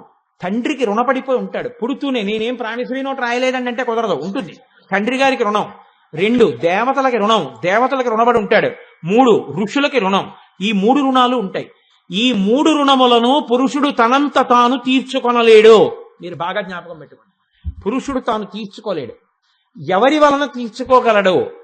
ఆడదాని వలన తీర్చుకోగలడు. అందుకే ఆ పిల్లకి ఇంకో పేరు పెట్టల, ఆడపిల్ల. ఆడపిల్ల అంటే ఈ పిల్ల ఇక్కడ పుట్టింది, ఇక్కడ మమ్మల్ని ఉద్ధరిస్తుంది. కానీ ఈవిడ ప్రధానంగా ఎందుకు పుట్టిందంటే ఈవిడ ఎక్కడికి చేరాలో ఈశ్వరుడు నిర్దేశకత్వం చేసి ఉన్నాడు. ఈ పిల్ల ఆడపిల్ల అక్కడికి ఎడుతుంది. వెళ్ళి ఈ పిల్ల ఏం చేస్తుంది? ఉద్ధరించడానికి పుట్టింది. ఈ పిల్ల ఇక్కడ పుట్టి నన్ను ఉద్ధరిస్తుంది. ఈ పిల్ల అక్కడికి వెళ్ళి అక్కడ ఉద్ధరిస్తుంది. మగవాడు గొప్పవాడా, ఆడది గొప్పదా అంటే శాస్త్రంలో ఆడదే గొప్పది. ఎందుకో తెలుసా అండి? ఆడది లేకపోతే పురుషుడికి 3 రుణముల నుంచి విముక్తి లేదు. ఎంత చదువుకున్నవాడైనా కానివ్వండి, విముక్తి లేదు. గృహస్థాశ్రమంలోకి వెళ్ళాలి. గృహస్థాశ్రమంలోకి వెళ్ళాలి అంటే ధర్మపత్నిని స్వీకరించాలి. ధర్మపత్నిని స్వీకరించి పురుషార్థములను జీవితంలో పొందాలి. అందుకే ఆడపిల్లని అడిగేటప్పుడు ఏమని అడుగుతారంటే వెళ్ళి ధర్మే ధర్మే చార్థే చ కామే చ త్వయైషా నాతి చరితవ్యా అంటే ధర్మమునందు, అర్థమునందు, కామమునందు నా కూతుర్ని నీకిస్తే నువ్వు అతిక్రమించకుండా ఉంటావా అని అడుగుతాడు కన్యాదాత. ధర్మే చార్థే చ కామే చ త్వయైషా నాతి చరితవ్యా. ఈ 3 నువ్వు దాటకూడదు నా పిల్లని. ధర్మము నా కూతురుతో కలిసి చెయ్యాలి, అర్థము నా కూతురితో కలిసి అనుభవించాలి, కామము నా కూతురు యందు మాత్రమే తీరాలి. ఇలా ఉండగలవా అంటే ప్రమాణం చేస్తాడు. నాతి చరామి, నేను ఈ పిల్లని అతిక్రమించను అని ప్రమాణం చేస్తాడు. నాతి చరామి అని ప్రమాణం చేసిన తరువాత అప్పుడు తీసుకొచ్చి ఈ ఆడపిల్లని కన్యాదానం చేస్తారు. మీరు చూడండి, ఇప్పుడు ఆ ఆడపిల్ల వచ్చి ఈయన ఎడం పక్కన కూర్చుంటే అప్పుడు ఈయన గృహస్థాశ్రమంలోకి వెళ్ళాడు. అంతకు ముందు ఆ ఇంట్లోనే ఉన్నాడు, ఇప్పుడు ఆ ఇంటికే వస్తాడు మగపిల్లాడు. ఇల్లు మారింది ఎవరు? ఆడపిల్ల మారింది, మగపిల్లాడు మారలేదు. మగపిల్లాడు ఆ ఇంట్లోనే ఉన్నాడు. ఇంకో ఊరిని పెళ్లి చేసిన 3 పూటలు తినేసి వచ్చేసినా అక్కడి నుంచి మళ్ళీ తన ఇంటికే వచ్చేస్తాడు. ఇంకో పూట పెట్టలేదని ఏడుస్తూ వచ్చిన. కాబట్టి వాడు వచ్చేది వాడింటికే. కొత్తింటికి వచ్చేది ఎవరంటే ఆ పిల్ల వచ్చింది. ఆ పిల్ల వస్తేనే గృహే తిష్టతీతి గృహస్థః, తన గృహంలో ఉన్నాడు అని అప్పుడే పిలుస్తారు. అప్పటి వరకు వాడు చెట్టు కింద ఉన్నా ఇంట్లో ఉన్నా ఒకటే, వాడికి ఏమీ విలువ ఉండదు. వాడు ఆయన గృహంలో ఉన్నాడు అని ఎప్పుడు పిలుస్తారంటే ధర్మపత్నితో కలిసి ఇంటికి వస్తేనే, అందుకే గృహప్రవేశం చేస్తోంది ఆవిడంటారు. అంతకుముందు ఆ ఇంటికి గృహప్రవేశం అవ్వలేదేంటి, అయిపోయింది, మరి ఇప్పుడు గృహప్రవేశం ఏంటి అంటే గృహిణి గృహముచ్యతే, ఆవిడే ఇల్లు. ఇల్లు అంటే ఇటకలు రాళ్ళు కావు. ఇల్లు అన్న మాటకు అర్థం ఏమిటంటే ధర్మపత్నియే. ఆవిడ లేకుండా అది ఎంత సౌధమైనా కావచ్చు, అది గృహము కాదు, వాడు గృహస్థు కాడు. అందుకే ఎన్ని చదువుకున్నవాడైనా ఉండొచ్చు, భార్య లేదనుకోండి, ఒక యజ్ఞానికి కాని, ఒక యాగానికి కాని, ఒక హోమానికి కాని భార్య పక్కన కూర్చుని ఆచమనం చేస్తే తప్ప చెయ్యవలసినటువంటి ఏ క్రియకి అతను అర్హుడు కాడు. తన కడుపున పుట్టిన పిల్లని కన్యాదానం చేయడానికి కూడా అర్హత లేదు. పక్కన భార్య ఉండవలసిందే. అంతవరకు ఎందుకండి? తన తల్లి తన తండ్రి చచ్చిపోతే తద్దినం పెట్టవలసి వస్తే భార్య అశౌచంతో ఉండి ఒకవేళ ఇంట్లోకి రాకుండా ఉంటే పితృదేవతలు ఆ తద్దినాన్ని తీసుకోరు. కొడుకు పెట్టిన ఆ తద్దినం చెల్లదు. పెద్ద కోడలు దీపం పెట్టాలి. పెద్ద కోడలు దీపం పెడితేనే తద్దినం. పెద్ద కోడలు దీపం పెట్టడానికి అవకాశం లేని స్థితిలో ఉందనుకోండి, అంతకన్నా నేను చెప్పక్కర్లేదు. అవకాశం లేని స్థితిలో ఉంది, ఆవిడ అశౌచంలో ఉంది, పెద్ద కొడుకు తద్దినం పెట్టాడు అనుకోండి, అది ముట్టుకోరు పితృదేవతలు, తీసుకోరు, చీ ధూర్తుడా అని వెళ్ళిపోతారు. ఈమె ఎప్పుడు మళ్ళీ స్నానం చేసి ఈమె దీపం వెలిగించడానికి అర్హతని పొందుతుందో ఆనాటికి పితృకార్యం వెళ్ళిపోతుంది, తిథిని చూడకుండా. తండ్రి శరీరాన్ని విడిచిపెట్టిన తిథి కాకుండా ఈవిడ దీపం పెట్టడానికి యోగ్యమైన తిథికి పితృతిథి వెళ్ళిపోతోంది. ఇప్పుడు చెప్పండి, కొడుకు గొప్పవాడా కోడలు గొప్పదా? కోడలు గొప్పది. అందుకే కోడల్ని తెచ్చుకునేటప్పుడు ఏది చూడాలి అంటే ఈ ధర్మం తెలుసున్న కుటుంబంలోంచి వస్తోందా, ఇది చాలా చాలా ముఖ్యం. లేకపోతే ఆవిడ దీపమే పెట్టదనుకోండి, ఆవిడ అన్నం వడ్డించదనుకోండి, భోక్తలకి ఏడుస్తారు ఆ పితృదేవతలు. ఆహాహా ఇదిరా మా కోడలు అని. వాళ్ళు తినడానికి ఉండదు. ఆ దీపం ఆవిడ వెలిగిస్తేనే ఈయన పువ్వటి వేపుకి వేసి నమస్కారం చేస్తాడు. ఏంటి, ఓ ఈశాన దిక్కున ఉన్న పరమేశ్వరుడా నా పితృదేవతలకి మోక్షం ఇయ్యి. ఆవిడ వెలిగించని దీపంలో తద్దినం లేదు అసలు. కాబట్టి అంత శాసిస్తుంది ఆడది. కాబట్టి ఇప్పుడు గృహిణి గృహముచ్యతే, ఇంటిలో ఉన్నటువంటి గృహిణి చేత గృహము అని పిలవబడుతోంది. అందుకే ఇంటికి తీసుకొచ్చేటప్పుడు ఆడపిల్లని పెళ్లి చేసుకున్న తర్వాత ఆమెని నడిపించి తీసుకురావచ్చా అని అడిగారు. ఎట్టి పరిస్థితులలోనూ కోడలు ఇంటికి వచ్చేటప్పుడు ఎంతటి నిర్భాగ్యుడైనా కోడల్ని ఇంటికి తీసుకొచ్చేటప్పుడు నడిపించి తీసుకురాకూడదు. పెళ్లి పీటల మీద కూడా నడిపించి తీసుకురాకూడదండి. ఆడపిల్ల నడిచి పెళ్లి పీటల మీదకి రాకూడదు. ఎందుకని? ఆమెని లక్ష్మిగా దానం చేస్తున్నారు మీరు. లక్ష్మే నడిచొస్తే, ఆవిడకే వాహనం లేకపోతే, ఆవిడ్నే వహించే వాళ్ళు లేకపోతే, ఆవిడికే పవిత్రత లేకపోతే, ఆవిడికే వైభవం లేకపోతే ఆవిడ నిన్నేం ఉద్ధరిస్తుంది? ఇక నీ ఇంటి లక్ష్మే ఉంటి.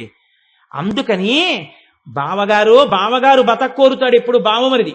అందుకని బావమరుదులు అంటారు, బావగారు మీరు కన్యాదానం చేస్తున్నారు, మీరు సంకల్పం చేసినట్టే మా మేనకోడలు లక్ష్మీ అయి అవతల వారిని ఉద్ధరించి మీ సంకల్పం నిజమవడానికి మేమెత్తుతామండి పద్మంలో అంటారు. అందుకని బియ్యం పోసి బుట్ట పెట్టి అందులో కూర్చోబెట్టి మేనమామలందరూ పద్మంలో లక్ష్మిని తెచ్చినట్టు ఎత్తి తెచ్చి పీటల మీద కూర్చోబెడతారు. కూర్చోబెడితే కానీ కన్యాదానం లేదు. ఏమంటే ఇన్నాళ్ళు నడిచింది ఆ పిల్లని అనలేదు ఏంటంటే బొట్టలో ఎందుకు అనకూడదు. అది ఎంత గౌరవం ఇచ్చిందో చూడండి వేదం. వివాహం అయిపోయింది, గృహప్రవేశం చేయిస్తున్నారు, అత్తవారింటికి తీసుకెళ్తున్నారు. తీసుకెళ్లేటప్పుడు ఆడపిల్లని కోడల్ని మామగారు చెయ్యవలసిన పరమ మర్యాద ఏమి? వాహనం మీద తీసుకెళ్ళాలి. 50 మంది మధ్యలో ఇరక కూర్చోబెట్టి తీసుకెళ్ళకూడదు. చాలా చక్కగా సంతోషంగా కూర్చుని వెళ్ళేటట్టుగా తీసుకెళ్ళాలి. తీసుకువెళ్ళేటప్పుట ఒక విషయం చెప్తారు, గృహాన్ గచ్చ గృహపత్ని యథాసో వశినీత్వం విధదమావదాసి గృహాధిపతి వై మంచి కార్యములను చేయింపుమో అని అడుగుతాడు. ఆ మంత్రంతో చెప్పేటప్పుడు అడుగు కుడికాలు పెట్టమ్మా అంటారు. భర్త అంటాడు ఆవిడ్ని లోపలికి పిలుస్తూ, గృహాన్ గచ్చ గృహపత్ని యథాసో వశినీత్వం విధదమావదాసి, ఇక నుంచి ఈ ఇంటి యజమానురాలువి నీవు పక్కన లేనిదే నేను చెయ్యగలిగినది లేదు. నేను ఎక్కడో కొడుకుని కంటే నా పితృరుణం తీరదు, ఈవిడ వలన కొడుకుని కంటేనే నా పితృరుణం తీరుతుంది తప్ప భ్రష్టుడనైపోతాను కూడా. వేరొక చోట నా కామము ప్రచోదనమైతే నా పితృరుణం నీ వల్లే తీరాలి. నా దేవరుణం, నేను ఒక యజ్ఞం చెయ్యాలి, యాగం చెయ్యాలి, నేను ఒక పూజ చెయ్యాలి, నువ్వు పక్కన కూర్చుంటేనే నాకు దేవతారుణం తీరుతుంది. నేను ఒక రామాయణం, ఒక భాగవతం చదువుకుని నేను వెళ్ళి నలుగురికి చెప్పి ఇంటికి వస్తే నా చేతులు కాల్చుకుని వండుకోవాలి, ఎక్కడ చెప్పగలను నీరసపడిపోకుండా. నేను చెప్పడానికి, చదువుకోవడానికి, నేను చెప్పుకుని వస్తే పలహారం పెట్టడానికి నువ్వు ఉన్నావు కాబట్టి ఈ ఉపాధి నిలబడి చెప్పగలుగుతోంది. నేను ఋషి రుణం తీర్చుకోవడానికి నువ్వు నాకు ఆలంబనమై ఉన్నావు. 3 రుణములు తీరడానికి నువ్వు నాకు ఆధారం. నువ్వు ఈ ఇంటి యజమానురాలివి. ఆవిడ అంతకుముందు పేదరాలా, ఏది అనవసరం. ఆవిడ ఇంటికి రాగానే ఈయన ఎంత ఆస్తికి యజమానో ఆవిడ అంత ఆస్తికి యజమానురాలు. ఈవిడ ఎంతమంది సేవకులకు యజమానుడో ఆవిడ అంతమంది సేవకులకు యజమానురాలు. ఈయన ఎంత పాండితీ ప్రకర్ష కలవాడో ఆవిడ అంత అజ్ఞాని అయినా ఈయనకి ఎంతమంది నమస్కారం చేస్తారో అంతమందితోటి సమానమైన నమస్కారార్హత ఆవిడ కూడా పొందేస్తుంది. గురుపత్ని అన్న పేరుతో నమస్కారాన్ని పుచ్చుకుంటుంది, ఆశీర్వచనం చేస్తుంది. ఎక్కడదొచ్చింది ఈ శక్తి? ఆవిడకో శ్లోకం రాదో, పద్యం రాదో, విషయం రాదో, ఆవిడికి ఎందుకంటే నమస్కారం అనకూడదు.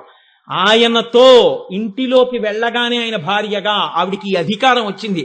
ఇవన్నీ ఆవిడ బొట్టు. ఇదే బొట్టు అంటే. ఈ అధికారం బొట్టు. ఆయనని నేను దేవరుణం తీర్పించగలను, బొట్టు. ఆయనకి పితృరుణం తీర్చగలను, బొట్టు. ఆయనకి నేను దేవతారుణం ఋషి రుణం తీర్పించగలను, బొట్టు. నేను ఈ ఇంటి యజమానురాలను, బొట్టు. నా ఉపాసన చేత ఆయన తెచ్చినది సముధికంగా వృద్ధిని పొంది 10 పుణ్యకార్యాలు మేమిద్దరం కలిసి చెయ్యగలం, ఇది బొట్టు. ఇప్పుడు చెప్పండి, ఆ ఒక్క బొట్టులో ఎంత శోభ నిండిపోయింది. ఒక ఇంటి మంగళం అంతా ఎక్కడుంది అంటే ఆడదాని బొట్టులోనే ఉంది. బొట్టు పెట్టుకున్న లలాటం ఆ కుటుంబ వృద్ధికి సూచన. బొట్టు పెట్టుకున్న ఆడది ఉన్నది అంటే ఆ ఇల్లు మంగళప్రదమై ఉన్నది. ఆ ముఖ దర్శనమే చాలు, అమ్మవారి ముఖ దర్శనంతో సమానం. ఈవిడికి ఈ బొట్టు ఉంచుకోగలిగిన శక్తి ఎక్కడి నుంచి వచ్చింది? ఆ బొట్టులోంచి వస్తోందన్నాడు. ఒక సూర్యుండు సమస్త జీవులకు తానొక్కొక్కడై తోచుపోలిక ఏ దేవుడు సర్వకాలము మహాలీల నిజోత్పన్న సస్య కదంబ హృత్సరోరుహములం నానా విధానో రూపకుడై తోచు ఒక్క హరినే ప్రార్థింతున శ్రాంతమున్నంటాడు భీష్ముడు. ఒక్క సూర్యుడు ఇంతమందికి ఒక్కొక్క సూర్యుడైనట్టు ప్రతి ఇంటి ఇల్లాలు, ప్రతి భర్త పక్కన లక్ష్మీప్రదయ్యి నిర్వహించగలిగినటువంటి శక్తి, ఇంత గొప్ప శక్తి ఎక్కడి నుంచి వచ్చింది? ఈవిడ సువాసినిత్వానికి గుర్తయిన బొట్టులోని ఈ శక్తి ఆవిడ బొట్టులోంచి వస్తోంది. ఆవిడ అనుగ్రహం ఉంది కాబట్టే ఆవిడ ఎక్కడికైనా వెడితే ఇవ్వగలిగిన వాళ్ళైనా ఇవ్వలేని వాళ్ళైనా ఒక్కటే, ఉండమ్మా బొట్టు పెడతా అంటే అంతే, ఉండిపోవలసిందే. అందుకే ఒక నానుడి ఉంది, ఇంత పసుపు కుంకం కోసం 10 ఆమళ్ళు పరిగెత్తింది అంటారు.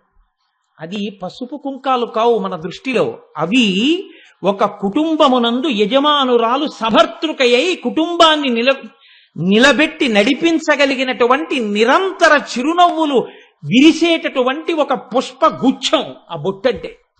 ఆ బొట్టులో ఆ ఇంటి సౌభాగ్యం, ఆ ఇంటి ఆనందం, ఆయన విశ్రాంతి స్థానం, ఆయన అభ్యున్నతి, ఆ పిల్లల అమ్మా అన్న పిలుపు, ఆ పిల్లలు నాన్నగారు అని పిలిచిన పిలుపు, ఆ దంపతులిద్దరి సంతోషం, వాళ్ళిద్దరూ కూర్చుని పెట్టించుకున్న నమస్కారం, ఇద్దరూ కలిసి చేసిన ఆశీర్వచనం, ఆయన చెయ్యి పట్టుకుని ఆవిడ నడిచినటువంటి నడక, వాళ్ళిద్దరూ పొందుతున్న సంతోషం, ఇవన్నీ ఎక్కడున్నాయి ఆ కుటుంబంలో? ఆవిడ బొట్టులో ఉన్నాయి. అందుకే పురుషుడు ఎప్పుడు చూసినా బొట్టుతో కూడిన ముఖాన్నే చూడాలి. ఆ బొట్టు అంత పరమ పవిత్రం. ఇంత పవిత్రమై, ఇంత శోభాయమానమై, ఇంత మంగళప్రదమై, ఇంత కళ్యాణకారకమైన ఈ బొట్లన్నీ ఎక్కడి నుంచి శోభ పొందుతున్నాయి?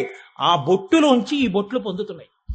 అందుకనమ్మా, నీ లలాటమునందు పెట్టుకున్న కస్తూరి తిలకమున్నదే, దాన్ని దర్శించిన వాడు ఉత్తర క్షణంలో ఈ ప్రయోజనాన్ని పొందుతున్నాడు. అందుకే పిల్లకి పెళ్లి చేసేటప్పుడు ముందు గౌరీ తపస్సు చేయిస్తారు, ఇంకొకటి ఉండదు. ఆ గౌరీ తపస్సు చేయించేటప్పుడు ఆడపిల్ల ముందు ఏ వేలు కుంకంలో పెట్టాలో, ఎలా అమ్మవారికి బొట్టు పెట్టాలో, బొట్టు పెట్టి కూర్చుని చక్కగా కుంకుమార్చన చెయ్యాలి. ఏ వేళ్లతో కుంకం పట్టుకోవాలో, ఎలా వెయ్యాలో నేర్పుకోవాలి తల్లి తండ్రి. ఇక్కడ చేసిన పూజే రేపు ఆడపిల్ల అయి అక్కడ వైభవాన్ని నిర్ణయం చేస్తుంది. ఇక్కడ వీడియోల కోసం పూజ చేస్తే నేను చెప్పను.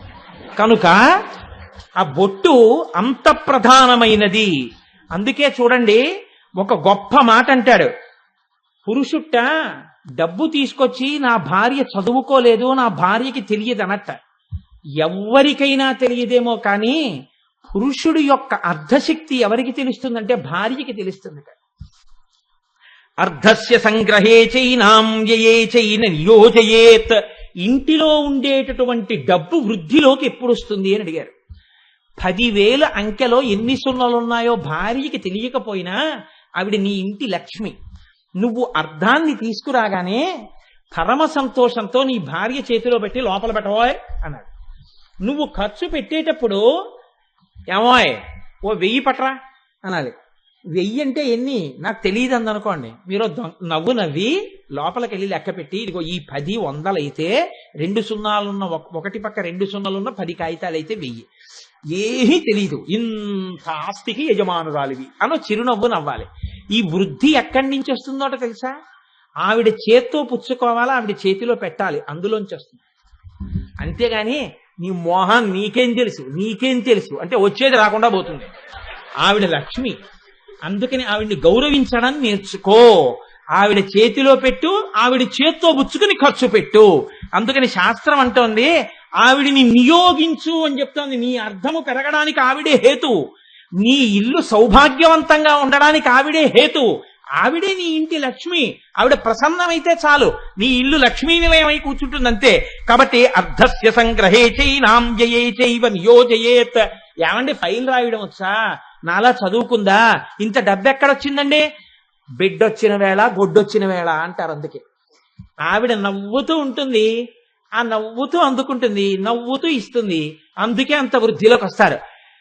ఎంత మంచి పేరో పెట్టి అమ్మవారి పేరు పెడితే ఇంకో పేరు పెట్టి పిలిచినా నొచ్చుకోకుండా ఎప్పుడు చిరునవ్వులు నవ్వుతూ అనుసరించి వెనకాతల ఉండి అన్ని అందించే భార్య ఉంది కాబట్టి ఇంత వృద్ధిలోకి వచ్చి ఇంత గొప్ప ఆయన, మా ఆయన ఇంత అధికారంలో ఉన్నారన్న పేరు మగాడికి వచ్చింది. కాబట్టే ఒక్క మాట చెప్పారు పెద్దలు, అన్నారు శోచంతిజామయో యత్ర నినశ్యత్కాశు తత్కులం నశోచంతి తు యత్రైత వర్ధతే తద్ధి సర్వదా. ఆడపిల్ల ఇంటికి వచ్చినప్పుడు ఇంత బొట్టు పెట్టి, సిగలో పూలు పెట్టి, 4 మట్టి గాజులు వేసి, నీకుంటే చీర పెట్టు, లేకపోతే సంతోషంగా మాట్లాడి ఒడిలో చలివిడి పెట్టి పంపించు చాలు. ఇంత చలివిడి నువ్వు ఆ పిల్ల ఒళ్ళో పెట్టి పంపించని పుట్టిల్లు ఉన్నా ఒకటే, ఊడిపోయినా ఒకటే. అది కనీస బాధ్యత ఆడపిల్ల తల్లికి. పిలిచి చలివిడి పెట్టాలి. తన బిడ్డ కాకపోయినా పిలిచి పెట్టిన తల్లి ఎవరో ఆ తల్లి గత జన్మలలో ఆ పిల్లకి తల్లి అని నిర్ణయం చేయవలసి ఉంటుంది. కాబట్టి సంతుష్టో భార్యయా భర్తా భర్తా భార్యా తథైవ చ యస్మిన్నేవ కులే నిత్యం కళ్యాణం తత్ర వై ధ్రువం. ఒక ఇల్లు ప్రశాంతంగా మంగళప్రదంగా వృద్ధిలోకొచ్చి ఆ ఇంట్లో పిల్లలు కూడా చాలా పైకొస్తారని ఎప్పుడు చెప్పగలవు? ఆ ఇంట భార్య భర్త వలన ప్రీతి పొందాలి. నేను ఇలా అన్నానని అనుకోకండి. ఆడదానికి గొప్ప తృప్తి ఎప్పుడు అంటే, మగడు మెచ్చిన చాలా కాపురంలోన మొగలి పూల గాలి ముత్యాల వాన, అంతకన్నా ఎక్కడుంది? కాబట్టి భర్త భార్య సంప్రీతురాలయ్యేటట్టు ప్రవర్తించాలి. అలాగని ధర్మ విరుద్ధంగా ప్రవర్తిద్దామని భార్య చెప్తే భర్త అంగీకరించకూడదు. నచ్చ చెప్పుకుని చక్కగా బోధ చేసి మళ్ళీ ఆవిడ్ని దారిలోకి తెచ్చుకుని అనుష్ఠానం చేయాలి. అహల్య తప్పు చేసిందని గౌతముడు విడిచిపెట్టలేదే. ఎలా దోషం పోతుందో చెప్పి తన భార్యగా స్వీకరించాడు. భర్తకి ఆ నైపుణ్యం ఉండాలి. చక్క దిద్దుకుని తను ధర్మపదంలో నిలబడాలి. మా ఆవిడ ఒప్పుకోలేదండి నేను మానేశాను అనుకోవడం, అప్పుడు దోషం నీది. కాబట్టి సంతుష్టో భార్యయా భర్త భర్తా భార్య తథైవ చ యస్మిన్నేవ కులే నిత్యం కళ్యాణం తత్ర వై ధ్రువం. ఈ భార్యాభర్తల మధ్య అవగాహన, నిత్య కళ్యాణం, పచ్చతోరణంగా ఇళ్ళు ఉండగలిగినటువంటి ఈ శక్తి కూడా ఎక్కడ పడుతుంది అన్నారు? బొట్టులోంచే పడుతుంది. ఆజ్ఞాచక్రం కదండి. అందుకే కదా తారాబలం చంద్రబలం తథైవ అని చూసి పసుపు జీలకర్ర బెల్లం పెట్టించారు. ఇది ఆజ్ఞాచక్రం మీద నిలబడి ఒండరులకు అవగాహన కలిగి సంతోషంగా ఉండాలంటే బొట్లు ఉండాలి. ఆ బొట్టు అంత గొప్పది. ఈ బొట్టు పెట్టుకుందాం, ఈ బొట్టు చేత ఇంట్లో ఇన్ని సుఖాలు పండించుకుందాం అన్న భావన ఎక్కడి నుంచి వస్తోంది? ఆ బొట్టులోంచి వస్తోంది. అమ్మవారి బొట్టులోంచి ఇన్ని బొట్లు ప్రకాశిస్తున్నాయి. ఆ బొట్టు ఎవడు చూస్తున్నాడో వాడు అద్భుతమైన శక్తిని పొందుతాడు. ఏమిటండి మీరు మాట్లాడేది, బొట్టుకంత శక్తి ఉంటుందా? అంటారేమో 3 గజాల గుడ్డముక్క మీద 3 గీతలు గీసి రంగులు వేసి రాష్ట్రపతి ఎందుకు సెల్యూట్ చేస్తున్నాడు రిపబ్లిక్ డే నాడు? భారతదేశ సార్వభౌమాధికారం అంతా 3 గజాల గుడ్డలో ఉందా? నువ్వు ఉందని నమ్మావు, ఉందంతే. భారత సర్వసైన్యాధ్యక్షుడే వందనం చేస్తున్నాడు జాతీయ పతాకానికి. ఉందని నమ్మి నువ్వు పెట్టుకున్న నమ్మకానికే అంతుంటే వేదం చెప్పిన దానికి ఎంత నమ్మకం ఉండాలి నీకు? వేదం చెప్పింది పరమ సత్యం. ఆ తల్లి బొట్టు యొక్క దర్శనం చేత నువ్వు సమస్త మంగళములను పొందుతున్నావు. ఆ బొట్టు చూసిన వాడు బొట్టు పెట్టుకోవాలన్న స్పృహని పొందాలి, బొట్టు పెట్టుకుని అటువంటి స్థితిని పొందాలి. కలిపురుషుడి యొక్క ప్రజ్ఞ ఎక్కడుంటుందంటే, దేశమునందు శోభాస్కరముగా ఉండకుండా చెయ్యాలంటే ఏది సమస్త శోభలకు స్థానమో దాన్ని పాడు చేసే ప్రయత్నం చేస్తాను. దాని వలన లోకమునకు జాడ్యములన్నీ ప్రారంభం అవుతాయి. చెట్టు చంపడానికి చెట్టుని నరికి ప్రయోజనం లేదు, ఏళ్లు నరికేస్తాను. ప్రాజ్ఞులు అర్థం చేసుకోగలరు. కాబట్టి అంతటి వైభవమున్న అమ్మ. కాబట్టనే మహానుభావుడు దుర్వాసో మహర్షికి అమ్మవారు ప్రత్యక్షమైంది, ఎదురుగుండా నిలబడింది. నిలబడితే అమ్మవారు పెట్టుకున్న బొట్టు చూస్తూ ఆయన శ్లోకం చెప్పారు. ఈ శ్లోకాలు విన్నంత మాత్రం చేత ఏమవుతుందంటేనండి, ఇంతకు ముందు సంస్కారం లేకుండా ప్రవర్తించిన వాళ్ళు ఎవరైనా ఉంటే ఇప్పుడు ఈ శ్లోకాలు విని ఈ నామం చెప్పి ఆ బొట్టు దర్శనం చేస్తే ఇంతకు ముందు పోగొట్టుకున్న సంస్కారం వల్ల వచ్చిన పాపం పోతుంది, పోయి మళ్ళీ శోభ కలుగుతుంది. అందుకు నా శ్లోకాలకు అంత గొప్పతనం వచ్చింది. కుంకుమ లలామ భాస్వన్నిటలాం కుటిలతర చిల్లికాయుగళాం నాళీక సదృశ నయనాం నాసాంచల కలితమౌక్తికాభరణాం. ప్రకాశిస్తున్నటువంటి కుంకుమ బొట్టుతో మిరిసిపోతూ అమ్మవారు దర్శనమిచ్చింది దుర్వాసో మహర్షికి. అప్పుడు చేసినటువంటి ఆర్యా ద్విషతిలో రాస్తారు. కాళిదాస మహాకవి ఒక రచన చేస్తూ ఒక మాట అంటారు. అందులో ఆయన అంటారు, అబ్బో సరే ఈ శ్లోకంతో పూర్తి చేసేస్తాను. ఆయన అంటారు, ఇంత శోభలు ఎక్కడి నుంచి వచ్చాయి, ఆ బొట్టుకంత శక్తి ఎక్కడిది అంటే, ఆ బొట్టుని ఒక్కసారి చూసి నమస్కరించగలిగితే, ఆ బొట్టు యొక్క గౌరవాన్ని నువ్వు తెలుసుకోగలిగితే, చేటి భవన్ నిఖిల కేటి కదంబవన వాటీషు నాకి పటలి కోటి రచారుతర కోటి మణి కిరణ కోటి కరంబిత పద పాటి రగంధకుచ సాటి కవిత్వ పరిపాటి నగాధిపసుత ఘోటి కులాధిక ధాటి ముదారముఖ వీటి రసేన తనుతాం.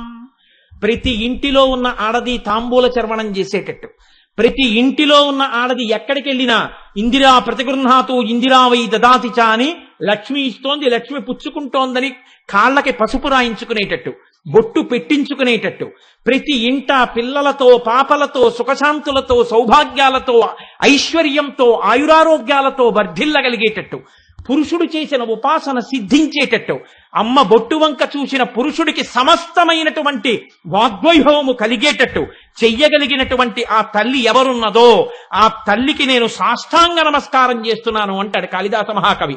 ఆ బొట్టంత గొప్పది. మీకు నేను ఒక్క మాట మనవి చేసి పూర్తి చేస్తాను. నేను ఇప్పటి వరకు ఆడదాని బొట్టు గురించి చెప్పాను, పురుషుడి బొట్టు గురించి ఒక్క మాట చెప్పి పూర్తి చేసేస్తాను. పురుషుడికి శౌచము దేని చేత ప్రారంభం అవుతుంది అని అడిగారు. స్నానము చేత. ఆడపిల్లకి పుట్టుక చేత బొట్టుతో మొదలైపోతుంది. స్నానం చేసినా చేయకపోయినా బొట్టుతో మొదలవు. పురుషుడికి స్నానం చేశాక శౌచ సిద్ధి. ఈ స్నానం చేస్తే ఏమొస్తాయంటే వేదం చెప్పింది, నేను చెప్పట్లేదు. మహానుభావులు వ్యాఖ్యానం చేశారు వేదమంత్రాలకి. గుణాదశ స్నాన పరస్య సాధో రూపంచ తేజో బలస్య శౌచం ఆయుష్యమారోగ్య అలోపలుత్వం దుస్వప్నఘాతశ్చ తపశ్చ మేధా.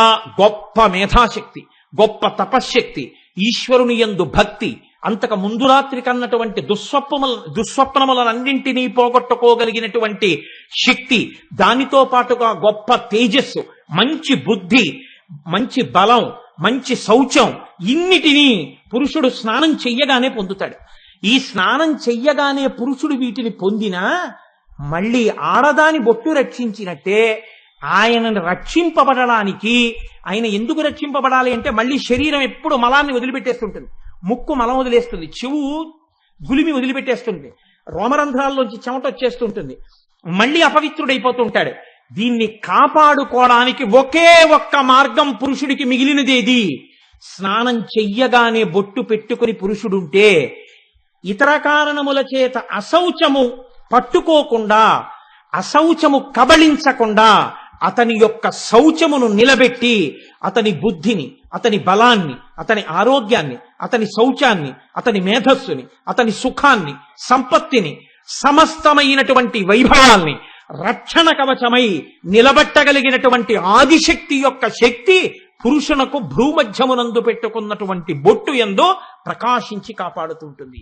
కాబట్టి ఇంతమందికి ఇన్ని రకాల రక్షణ చేయగలిగిన ఈ బొట్టు యొక్క శక్తి ఆ జగదంబ బొట్టులోంచి వస్తోందని ముఖచంద్ర కళంకాభమృగనాభి విశేషక అని వసిన్యాది దేవతలు అమ్మవారి యొక్క బొట్టుని కీర్తించినటువంటి ఘట్టాన్ని ఇవాళ పరమోత్కృష్టమైన రోజు ఆదివారం, పుష్యమాసం, పంచమి, త్యాగరాజం స్వామివారు రామచంద్రమూర్తిలో ఐక్యమైనటువంటి రోజు. ఇటువంటి రోజున ఇటువంటి ఘట్టాలు రావడం కేవలం అమ్మవారి యొక్క నిర్హేతుక కృపా కటాక్షం. రేపటి రోజున మిగిలిన నామాలు అమ్మ పలికించినది పలుకు.